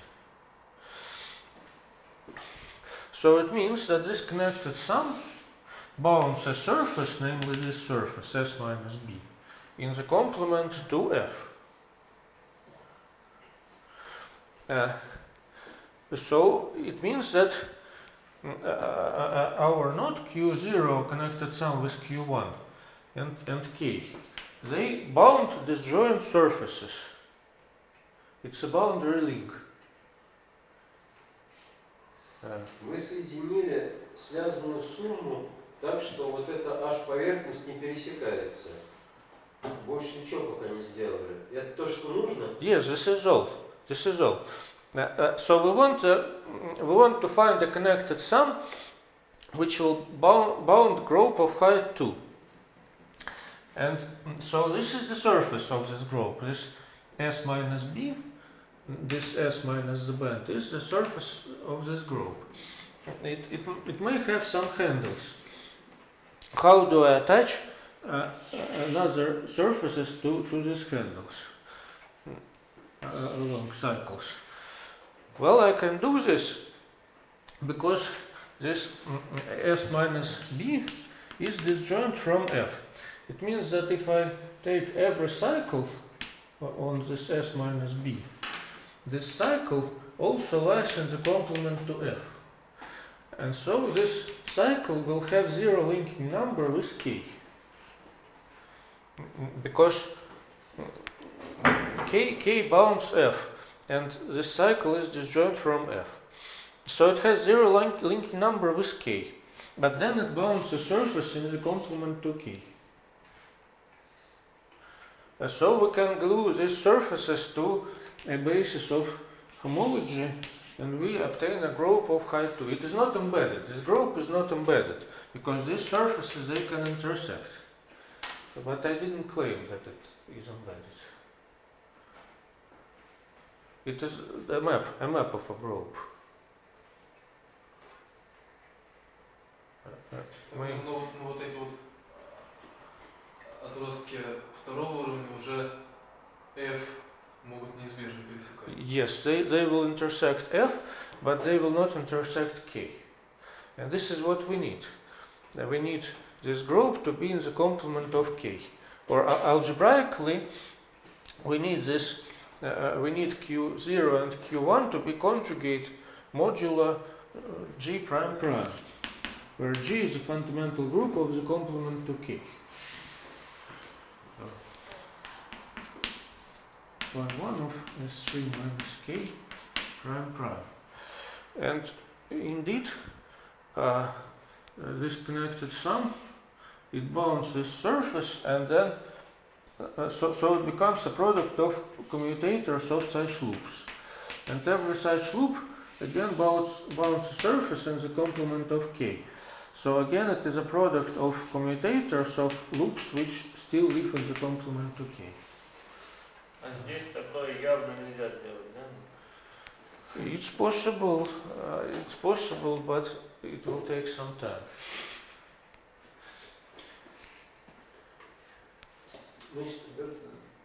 Значит, эти ручки не пересекаются с F, да? Какое рассуждение? Yes. So first we make some surgery so that F and S intersect along an arc.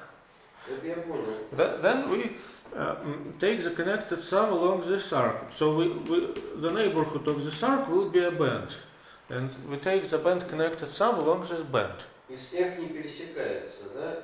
Поверхность Зейферта у связанной суммы не пересекается с F. Yes. Из этого можно сделать вывод, что она и с K не пересекается. Но нам нужно, что все циклы на этой поверхности не зацеплены с K.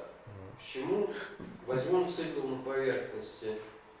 It lies in the complement to F, Да. so it has zero linking number with K. Ну, если F это полный прообраз точки, то, наверное, правда. Если F можно определить как полный прообраз точки, то, наверное, правда.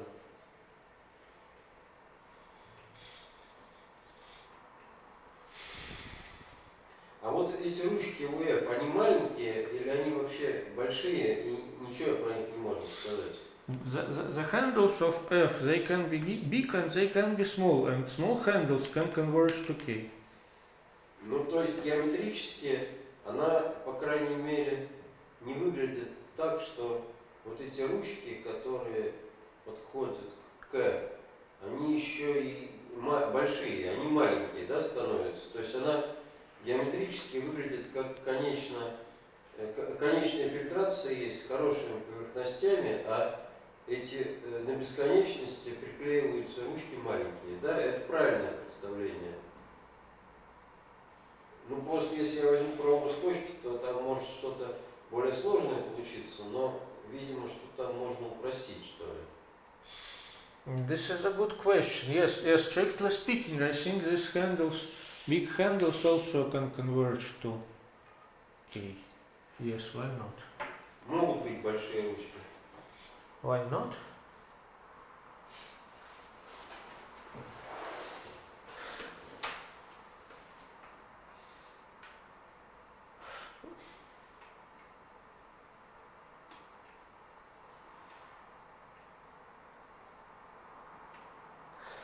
I think you can get rid of big handles. There shouldn't be big handles, but it might be some additional work.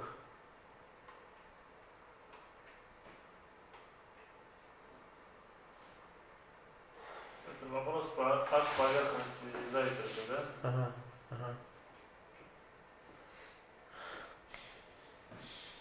I think it is possible to choose only small handles by some additional argument. So you look at some small balls, you take a cover by small balls, and you construct the Seifert surface separately in all balls, and you also have to glue them together.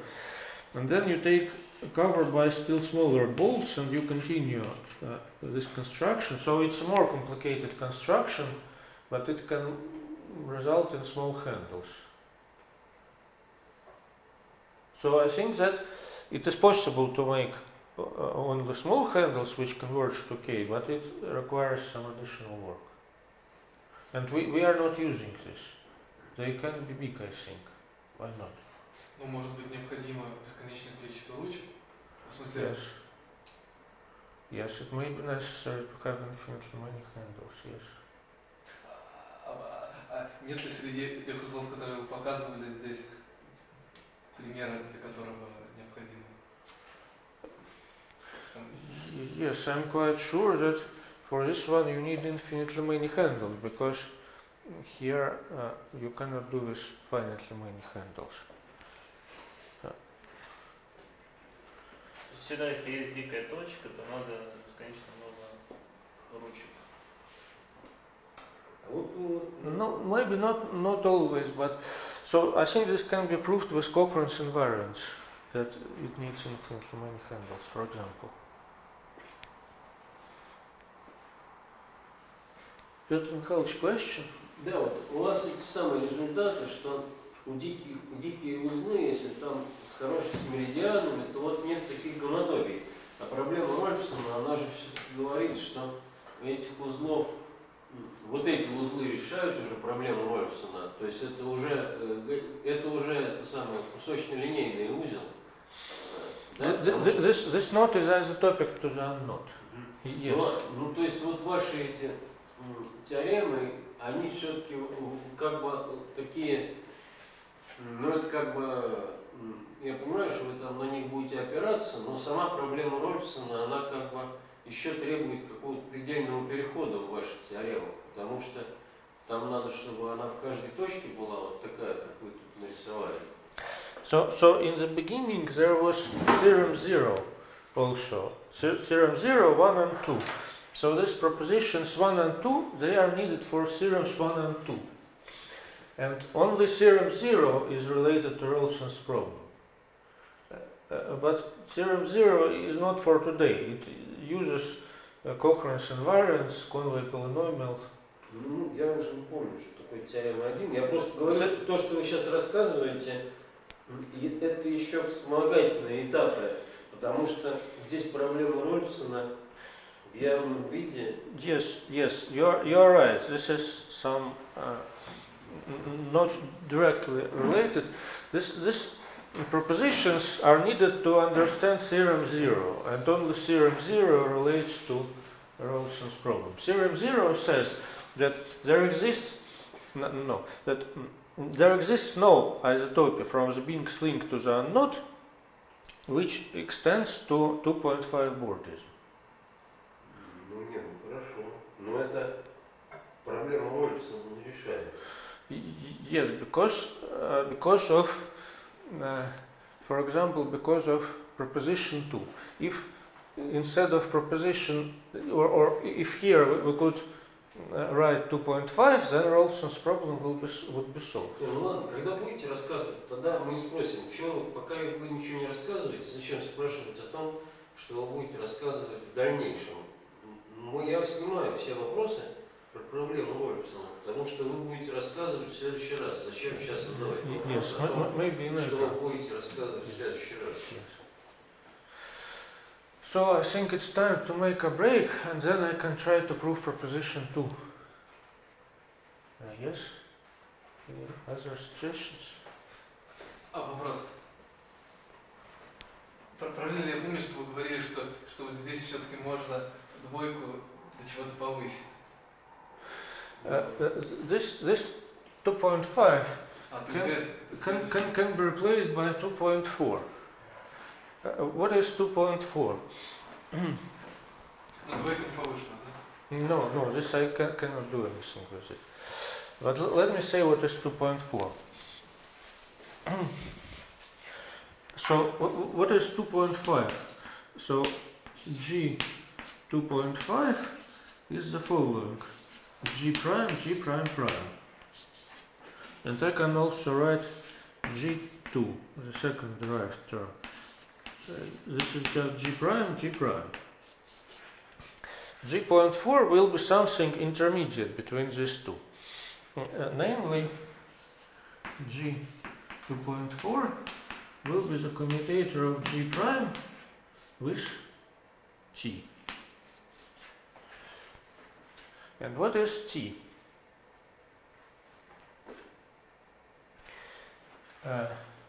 So we can look at G prime modulo G prime prime. This is the not module, almost the same as the Alexander module. And it has a torsion submodule. So I think this should be called T hat. So T hat is we also have a map from G prime to this, and T hat will be the preimage of T under this map.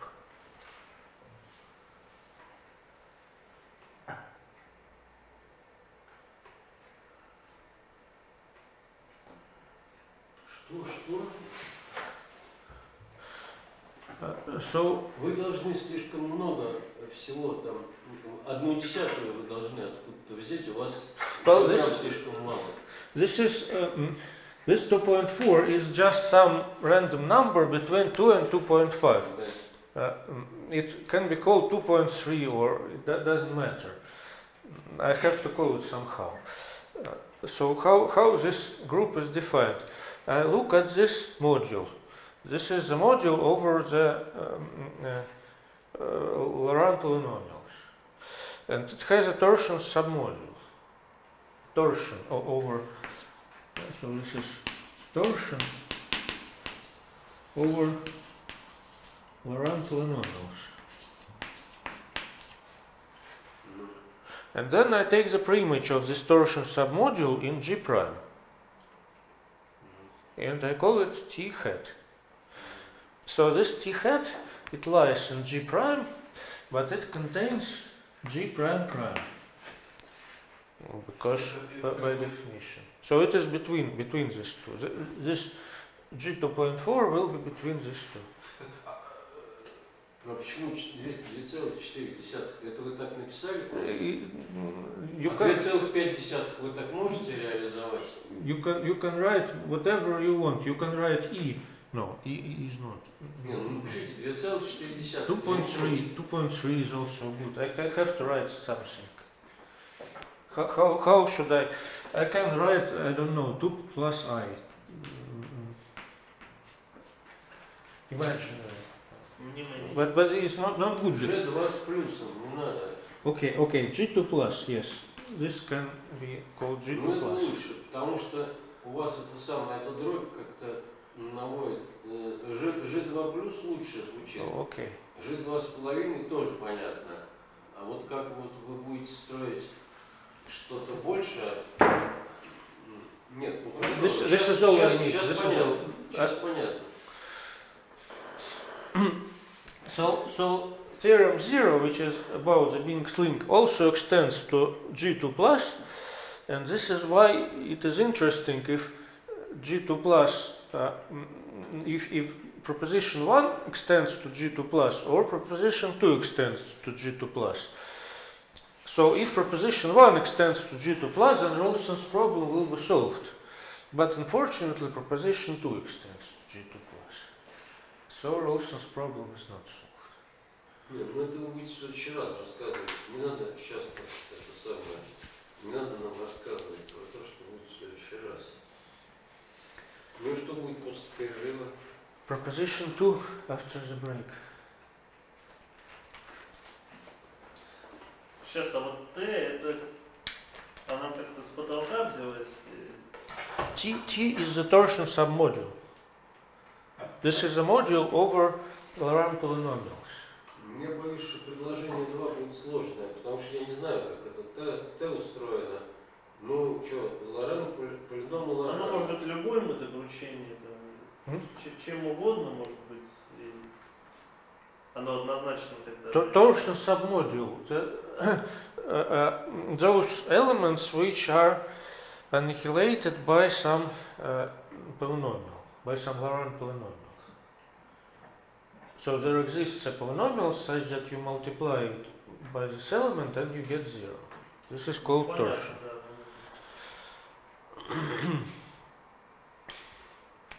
So there are proposition 2 is not easy. There are three steps to prove proposition 4 with 2.5 and one additional step to prove with 2 plus. Вы рисовали там 2,5 на картинке, вот мы там не на одну образующую, не на две образующие натягиваем поверхности, там на одну, например, там вот это И вы говорили, что вот это 2,5, когда вот Yes. мы Yes. одну вот эту стереть штуку и будет высоты 1,5 там. Yes. получается, да? Yes. Algebraically, this is the definition. G 2.5. У меня вот в связи с этим вопрос, вот на всех бинарных деревьях есть же вот частичный порядок, а в нем вот как-нибудь граница проведена там. То есть, правда ли, что, допустим, вот в своем случае нельзя доказать такую вещь, что, допустим, у одного из вот этих вот отростков можно избавиться от пересечения, что-нибудь такое. Правда ли, что вот среди таких конструкций, вот соответствующих бинарным деревьям, это все точно?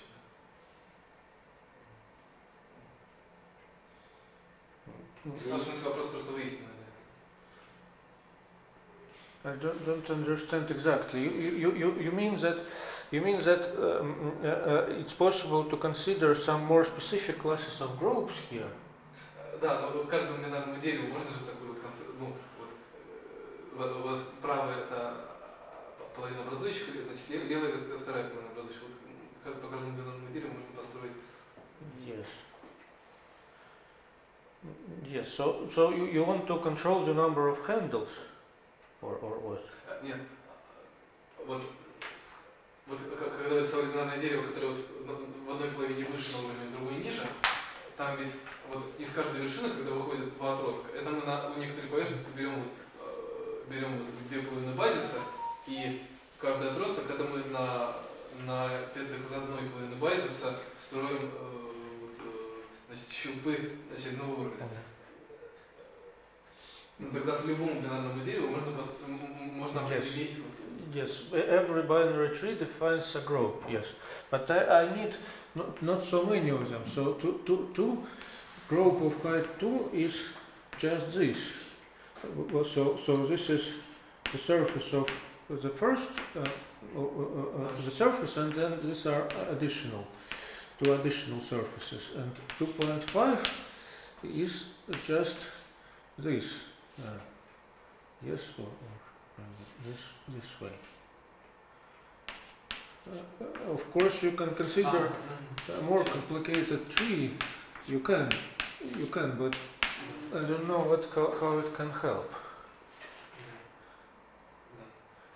А hat T это произвольная подгруппа, да? T hat is the preimage of T in G prime. Вот, я не понял, вот если мы, допустим, нарисуем вот гроб, ну вот и мы сотрем одну красную штуку. Вот Здесь? Да. Да. И получится высоты 1,5, правильно? Да.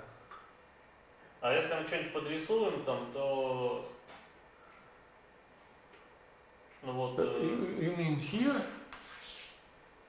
Ну, например, да, и вот для этого будет своя вот эта вот T, получается. Okay, you can go in this direction, but this will be if you don't draw this but start extending it here, you will get into the lower central series.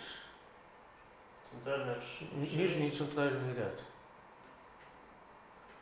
Что это значит? Но есть, there is derived series, commutator, first commutator subgroup, second commutator subgroup, and there is lower central series, which is related to nilpotent groups. Maybe you know nilpotent groups. This is about solvable groups, or soluble groups, разрешимые. And there are also nilpotent groups. So going in this direction will lead you to nilpotent groups. And here I think this does not help. I don't think that this can help. В каком направлении вы сказали вы in this direction? So what is G prime prime? It is generated by commutators of this type: G1, G2, and G3, G4.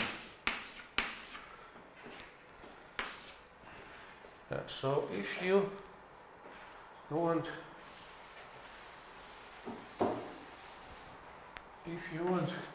for example, G1, G2, you can do like this, for example, G3, G4.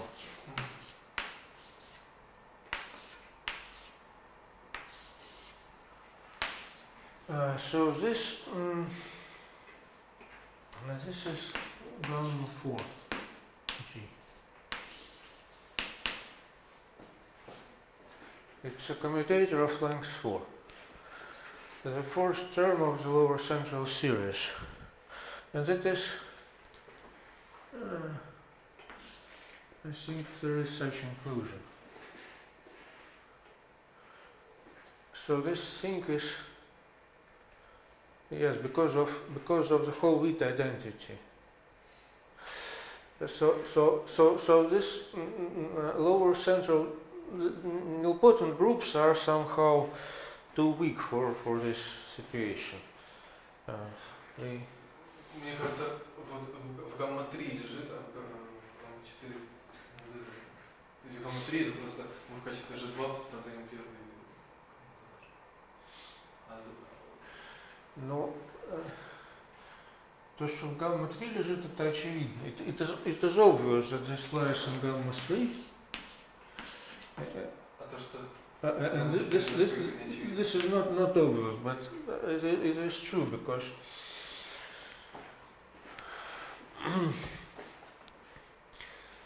there is an identity like this.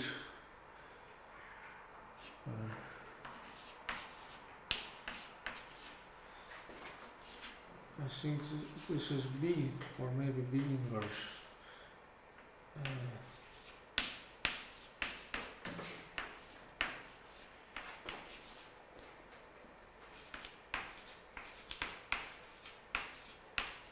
Okay, this is C, and this is A. Equals 1. So if you start from this, you can move it inside. So for example, if this, or okay, if this is this, this is C. So here C occurs inside the bracket, and here also it occurs inside the bracket. So this one will be just of this type, and this one will be of a different type, but it can be also brought to this type by other identities.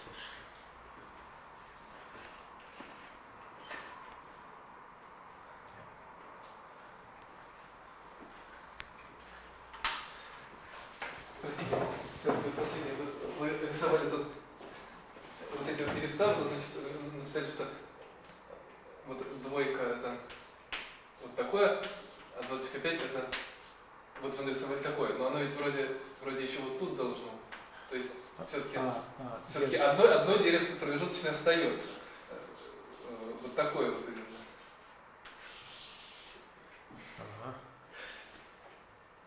Окей, yes. Yes. Оно подставляется в какой-нибудь из этих двух изобретений? I didn't think about it. Вдруг вот пойдем вот сейчас решится. Okay, it's a good remark. I'll think about it. Спасибо.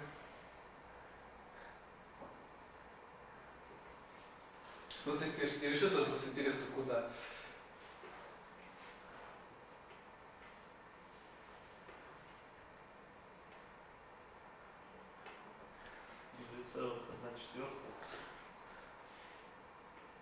Algebraic. So how do you understand this algebraically? It's something quite complicated algebraically.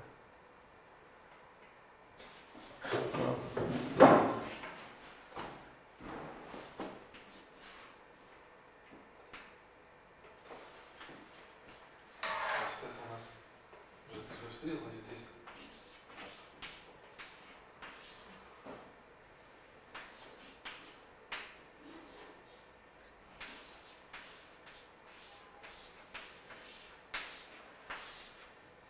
Ну, наверное, здесь может поменять удобство.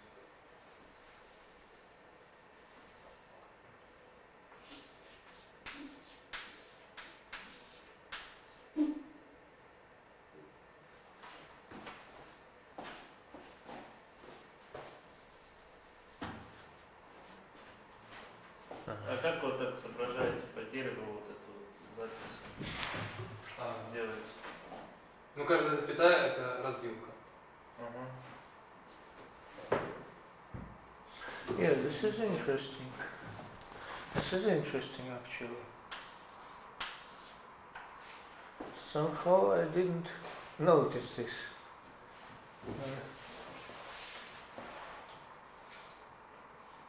Ну, простите, что сейчас это сказал, наверное, стоит сначала послушать доказательства. Okay, this is something for me to think about. Thank you. Let's make a break, yes? I'm afraid that... How long? What? How long is the break? I think about 20 minutes. But unfortunately, then we will finish. If we continue after the break, we will probably finish at 9. So I don't know. Я готов сидеть по делу. Should we do it or we just finish and that's all? Петр Михайлович, будем продолжать после перерыва или хватит на сегодня? Ну, в следующий раз меня не будет, поэтому я послушаю по этим самым, по интернету. Так что вы сами решите, как вам лучше поступить. Извините, мне идти надо сейчас. Well, okay, so we can finish for today and continue next week. Ну, в следующий понедельник вы с Мишей. Да. Я лично послушаю по этим самым интернету. Andreas, is this okay? We continue next week? Well, for me next week is Easter Monday, but I'm a single living guy, so it's to me like any other working day. You want to continue today? No. Запись получается, если мы вместо You prefer today or next week? Получится то, что слева, да? Well, today I've prepared but I can come next week, it's no problem. But you prefer today? I prefer today. Okay, and Andreas says he prefers today, then maybe we continue today.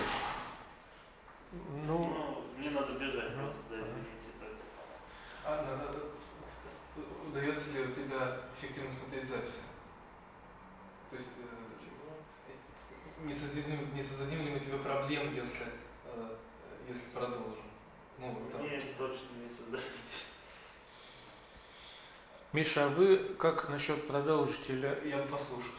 Сегодня, да? То есть, я не знаю, может так выйти, что другие не узнают из-за того, что вот я изложил сейчас. Но, в общем, если это каким-то образом... Если известно, что это ни на что не влияет, то я бы обязательно за продолжение.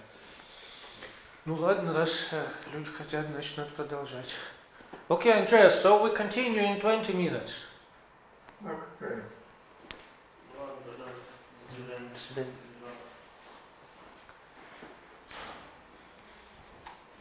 By the way, Sergey, should I tell you what worries me most about all this?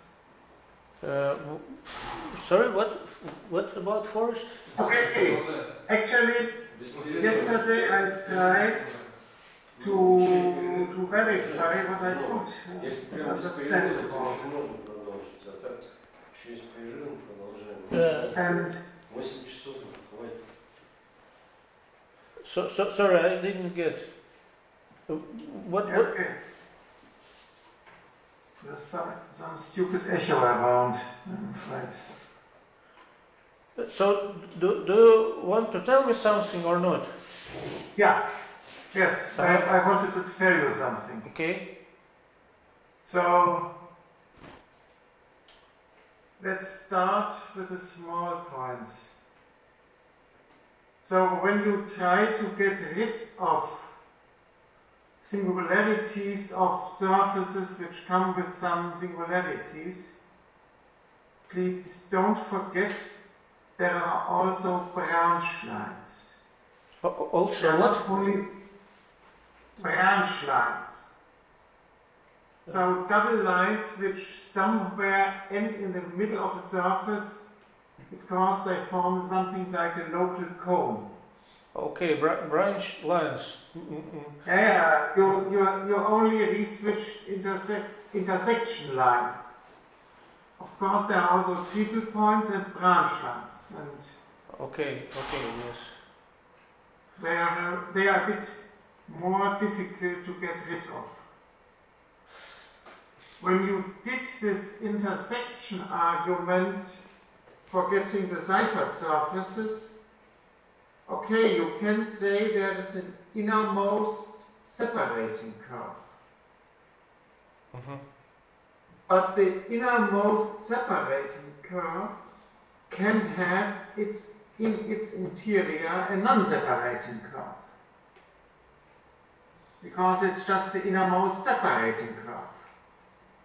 Can you really make the surgery without creating new double lines if there's an innermost non-separating curve inside?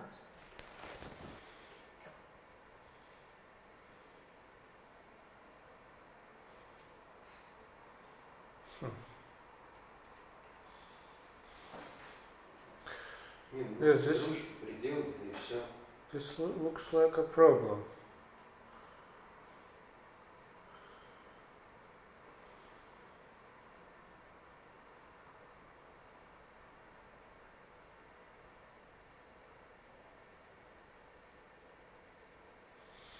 This looks like a problem. So maybe indeed it's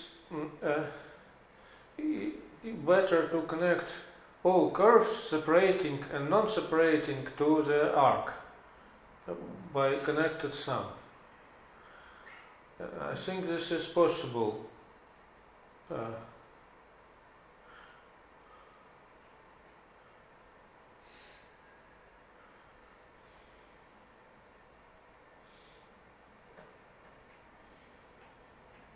Okay, but this is I treat these as details. The most problem that worries me is the following. The main theorem that you actually want to prove is if you have in the complement of two wide knots, two knots which have linking number 1, you can connect them with a group of height. You can make these two knots be co-bound by a group of height 2. I think this is the main thing that you want to prove. Yes. Okay. Well, to be precise, as you said, I want some connected sum of these nodes to bound a group of height 2. Okay. This is precisely the thing I come. Because yesterday I actually worked mainly to be prepared for today. Also I had some other business. And to understand last time as good as possible and think about everything and compare the manuscript and so on. And I think this statement is, at least if you understand group similar as I understand it, equivalent to the statement. If you have in the complement of a possibly wide knot, a knot which has linking number 0 to the wide knot, then it co-bounds a group of height 2. No. It is not equivalent because here the statement is yes, it is elementarily too important, but this means that there is some connected sum between Q0 and Q1. It is important that there is a choice. So not every connected sum will do, only some connected sum. In this picture, as you see, I choose this band B in a very specific way. First I do this old surgery, and then this B will be the neighborhood of this complicated curve. if I choose some other connected sum, this will not work in general. Okay, so yesterday I really tried carefully, step by step, to prove this equivalence. In the one direction it is you have these connected sums. You take a band, of course, there exists a connecting curve. You can make it a band, you can make it, come it in with the correct connection, then you glue in the grow, and then you additional add the band, and you even have the double curves there. But the important point is that there exists a connected sum. Not every connected sum, but there exists a connected sum. No, so I try now to convince you that, in my opinion, there's really an equivalence. Okay, between which statements? Between the statements, two knots, chain knots in the complement with linking number 1 co-bound a group of height 2 with one double curve and one knot with homology 0 with linking number 0 co-bounds bounds a group of height 2. So, I'm not sure if I understand. Let me try to write it down.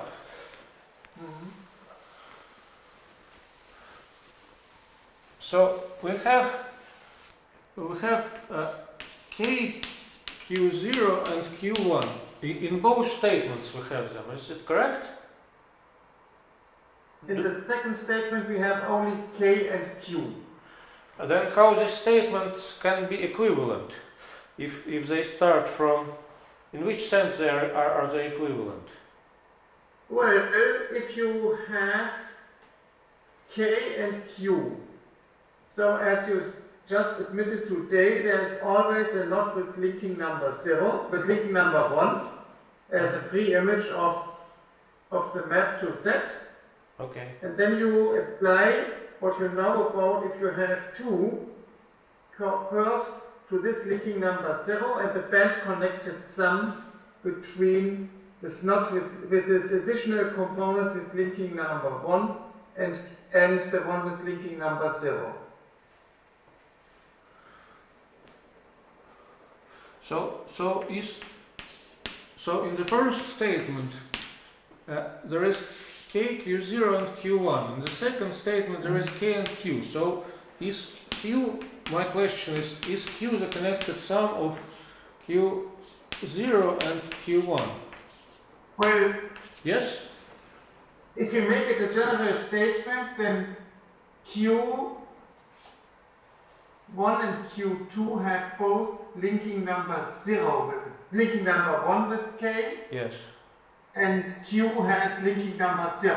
Yes. And of course, in one direction it is made via the band connected sum.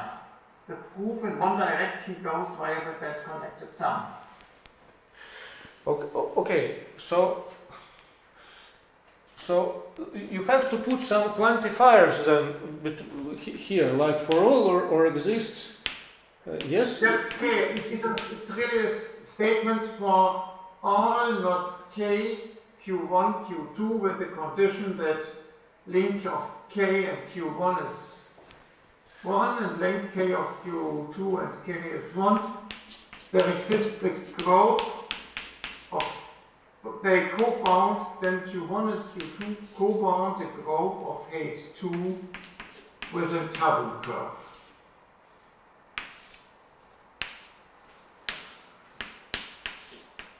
Well,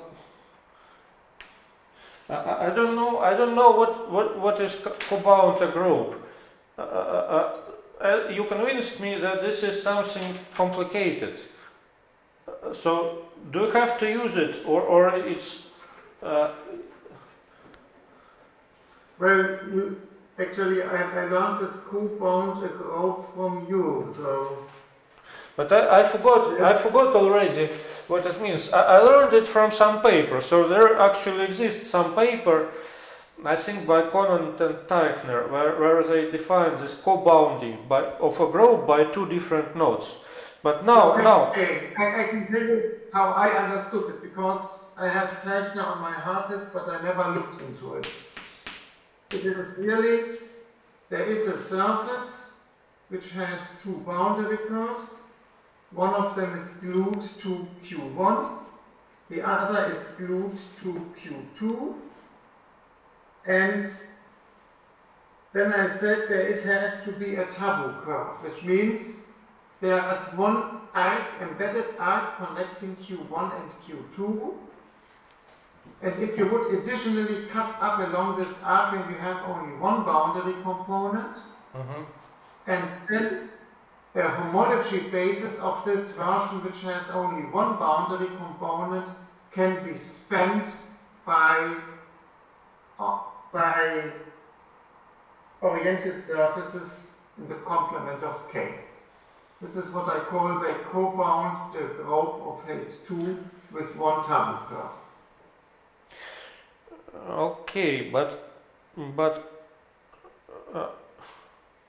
Okay, okay.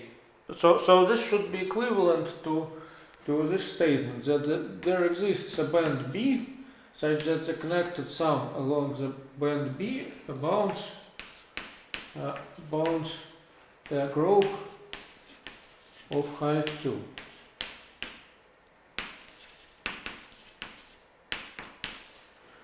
Okay, so yeah, it is not. So I claim it is not. Okay, the band.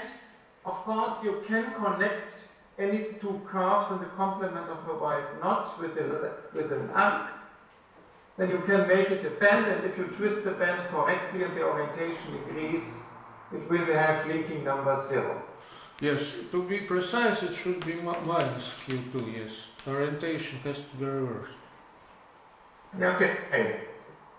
And the two, as I claim, the two statements are equivalent in the sense you want to prove the one situation, and in the one direction you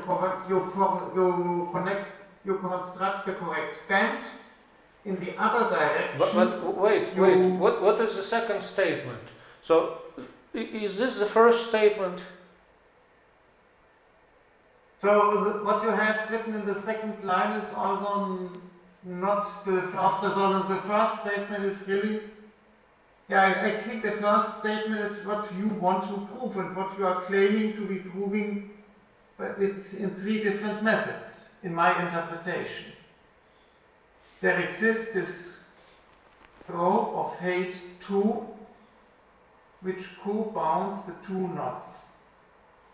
But is it equivalent to this one or not?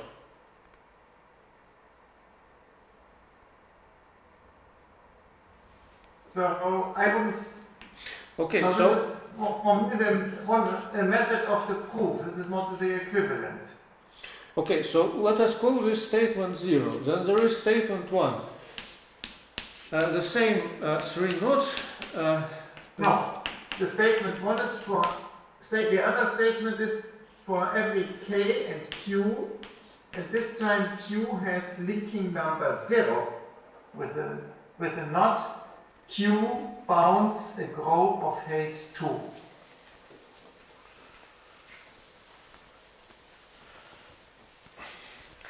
Okay, so I think this was your second statement, but anyway, yes, if you have, I wanted to so I have my own statement, which I call 0. Now I'm trying to write your two statements. So first is you have K, Q1 and Q2 with linking number still 1, and then you are saying that Q1 and Q2 co-bound a group of height 2. Height 2? Yes? Okay, I always add for making everything clear with one double curve. With one double curve, okay.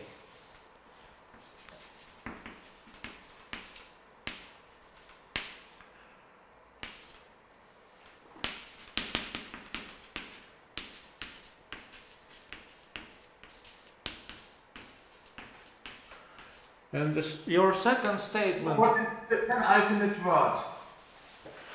Curve. What is the penultimate? Q1 and Q2 co-bound a group of height 2 with one double curve. Okay? You misunderstood the word double. What? I used the word tabu. T-A-B-U.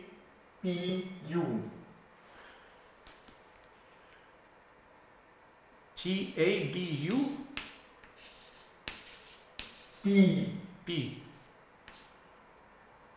So the idea is the following. We said a globe, this is what I came from you, a globe is a surface where a homology basis can be spanned by other curves. Yes. Good. Now if we have this surface with two boundary curves, this means actually it is impossible to have a homology basis which can be spanned. Because the boundary curves have linking number 1 with a knot. So parallel curves to the boundary curves cannot be spanned, definitely not. This is an obstruction. Yes. And this is why I think it is necessary to require that there exists some curve in the surface from Q1 to Q2, which is not crossed by any of the curves that we actually can span. And this is what I call the tabu curve. It's T-A-P-U? Isn't the word known? I don't know such a word. But okay, whatever. Tapu, okay. I'm not sure how the English pronunciation is. Also the word should exist there. I didn't It's know. something very forbidden, usually. Taboo means it's something very forbidden. Ah, okay, taboo, yes. Okay. I think it's double O, okay. Taboo, yes. Maybe in English it's double O. I see now. Taboo curve, yes. Yeah. And the second. We already tried to. So the homology basis is incomplete. It never crosses, but then it exists, and it suffices to prove that Q1 minus 2Q is actually a commutator what you want. Okay, so what is your second statement? We have now K and just one node Q, which has linking number 0. Which has linking number 0. And then Q bound a group of height 2.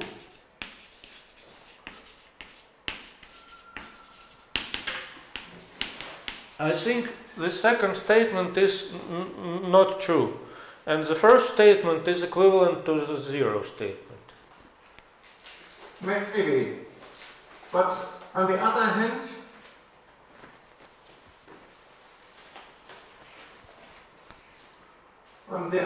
so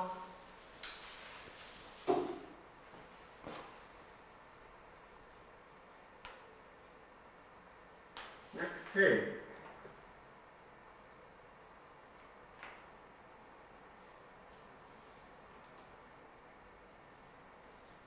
So if we can prove what I call the first statement. You want to prove that 1 is equivalent to 2?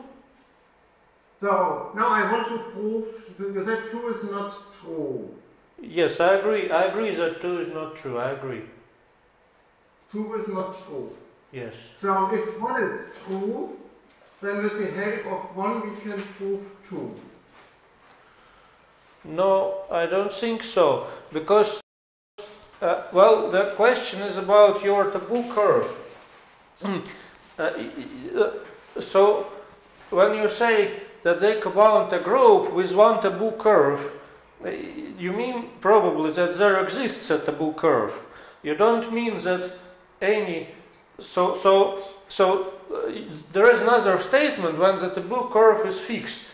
and you cannot choose it. So these are two different statements. One of them is true and another is false.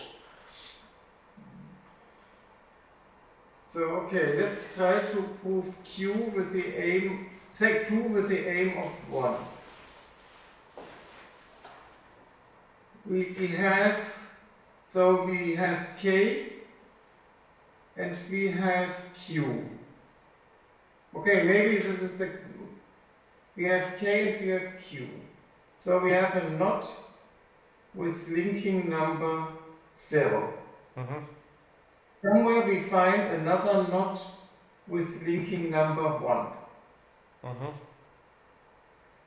Then we make a band connected sum. Then this second knot with linking number 1, we try to, the second knot with linking number 1 we double. So we have two parallel curves. Yes. Then we make a band connected sum between one of them and this knot with linking number 0. Which is somewhere else, and we make a nice band connected sum. And then we try to apply statement 1 to these two curves, to these situations.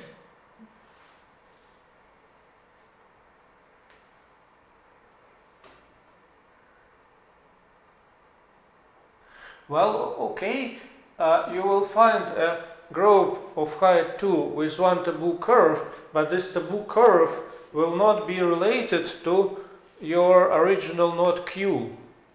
This is the problem. If you cannot, so this taboo curve will be very complicated curve which is not related to Q, and so you cannot get such a group of height 2 bounded by Q. So now the problem is the following. So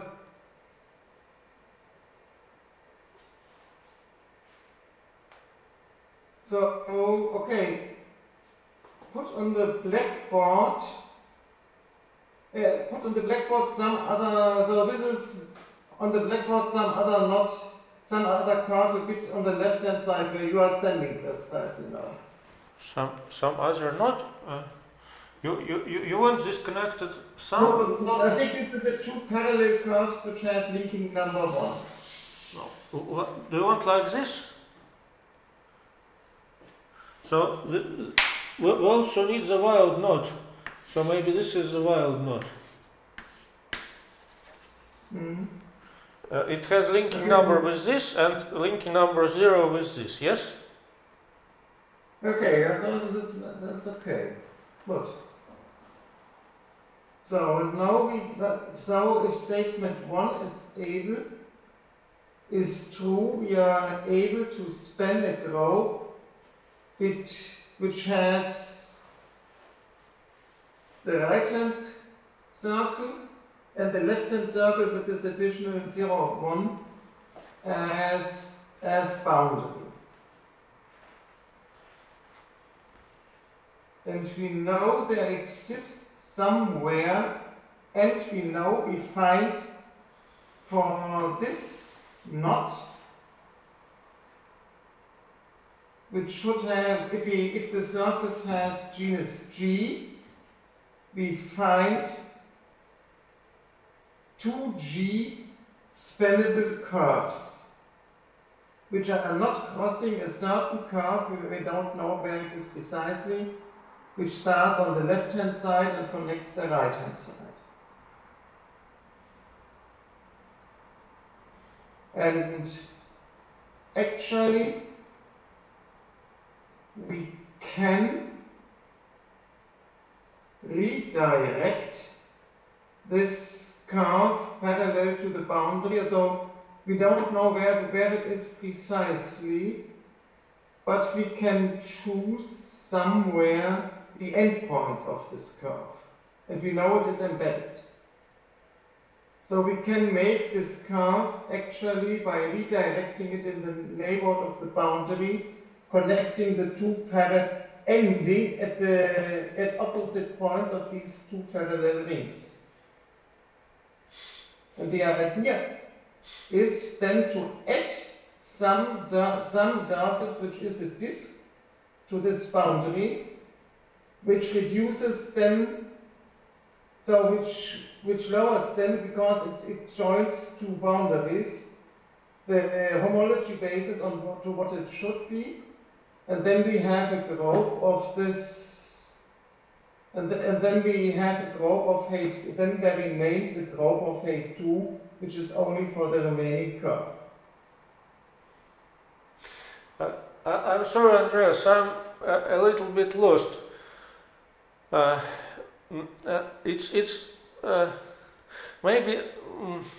Maybe you can send me an email with this proof, with this argument. Well, probably I will try to do it, but this is because yes, I agree that the statement 2 is quite unlikely, because it would mean that it iterates. Because then, if 2 would be true, then actually every knot would bound a group of infinite height. And this is contradictory to results that I found in the literature and also that results that you were using. Well, but bounds here, this group is not supposed to be embedded. It's not embedded, right?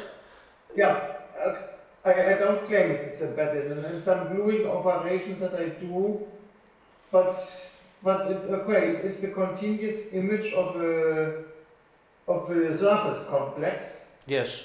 And there's clearly defined what is the boundary curve. Well, statement 2 is certainly false, and statement 0 is certainly true. I just proved it. Statement 1, I think, is equivalent to statement 0. Okay, maybe. So it was the very version I worked with it, and actually this is my current state of knowledge. I believe, at least, I didn't up to the moment believe your geometric proof, but I couldn't find up to the moment a mistake in the model theoretic proof. So currently I have contradictory statements, but I'm looking still for the mistake. Well, maybe you can send me an email, because this gets a little bit complicated. It's difficult to think in real time, and also if you write an email, it will be easy to point out if there is some problem in your argument. It will be easy to point it out, but this way it's difficult to follow. So it will be great if you send me an email. Okay, you know that I'm good in writing long emails. Yes. I'm not so good in writing effective manuscripts, as you know.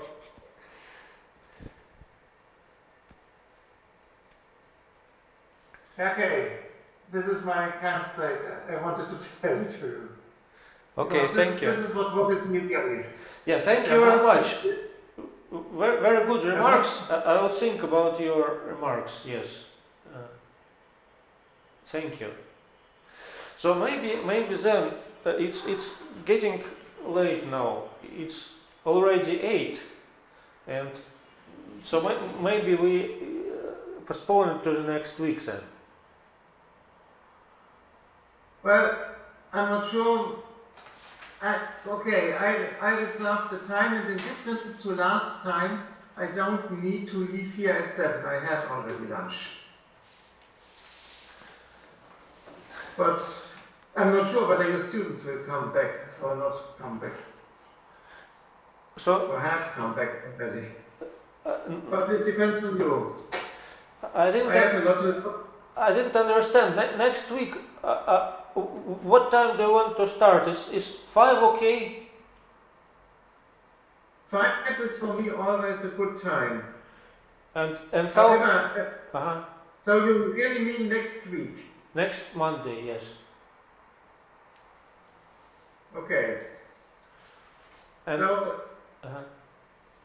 I'm not sure how much family Rick has, but for us in the West, next Monday is Easter Monday. Ah, Easter Monday, I see. For me, it is not important. I have now family. It's just a day where I cannot go into the institute because it will be locked. And I have to make shopping on other days. For me, it's the same. Okay. I don't know about Rick.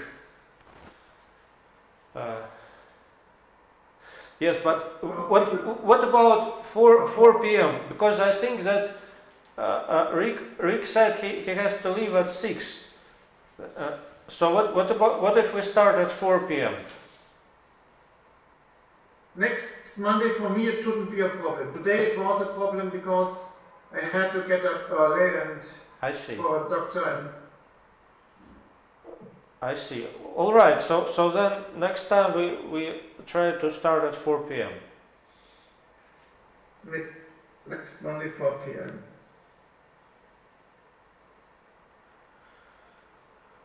All right. Thank you, Andreas. So let's finish for today. Okay? Goodbye. The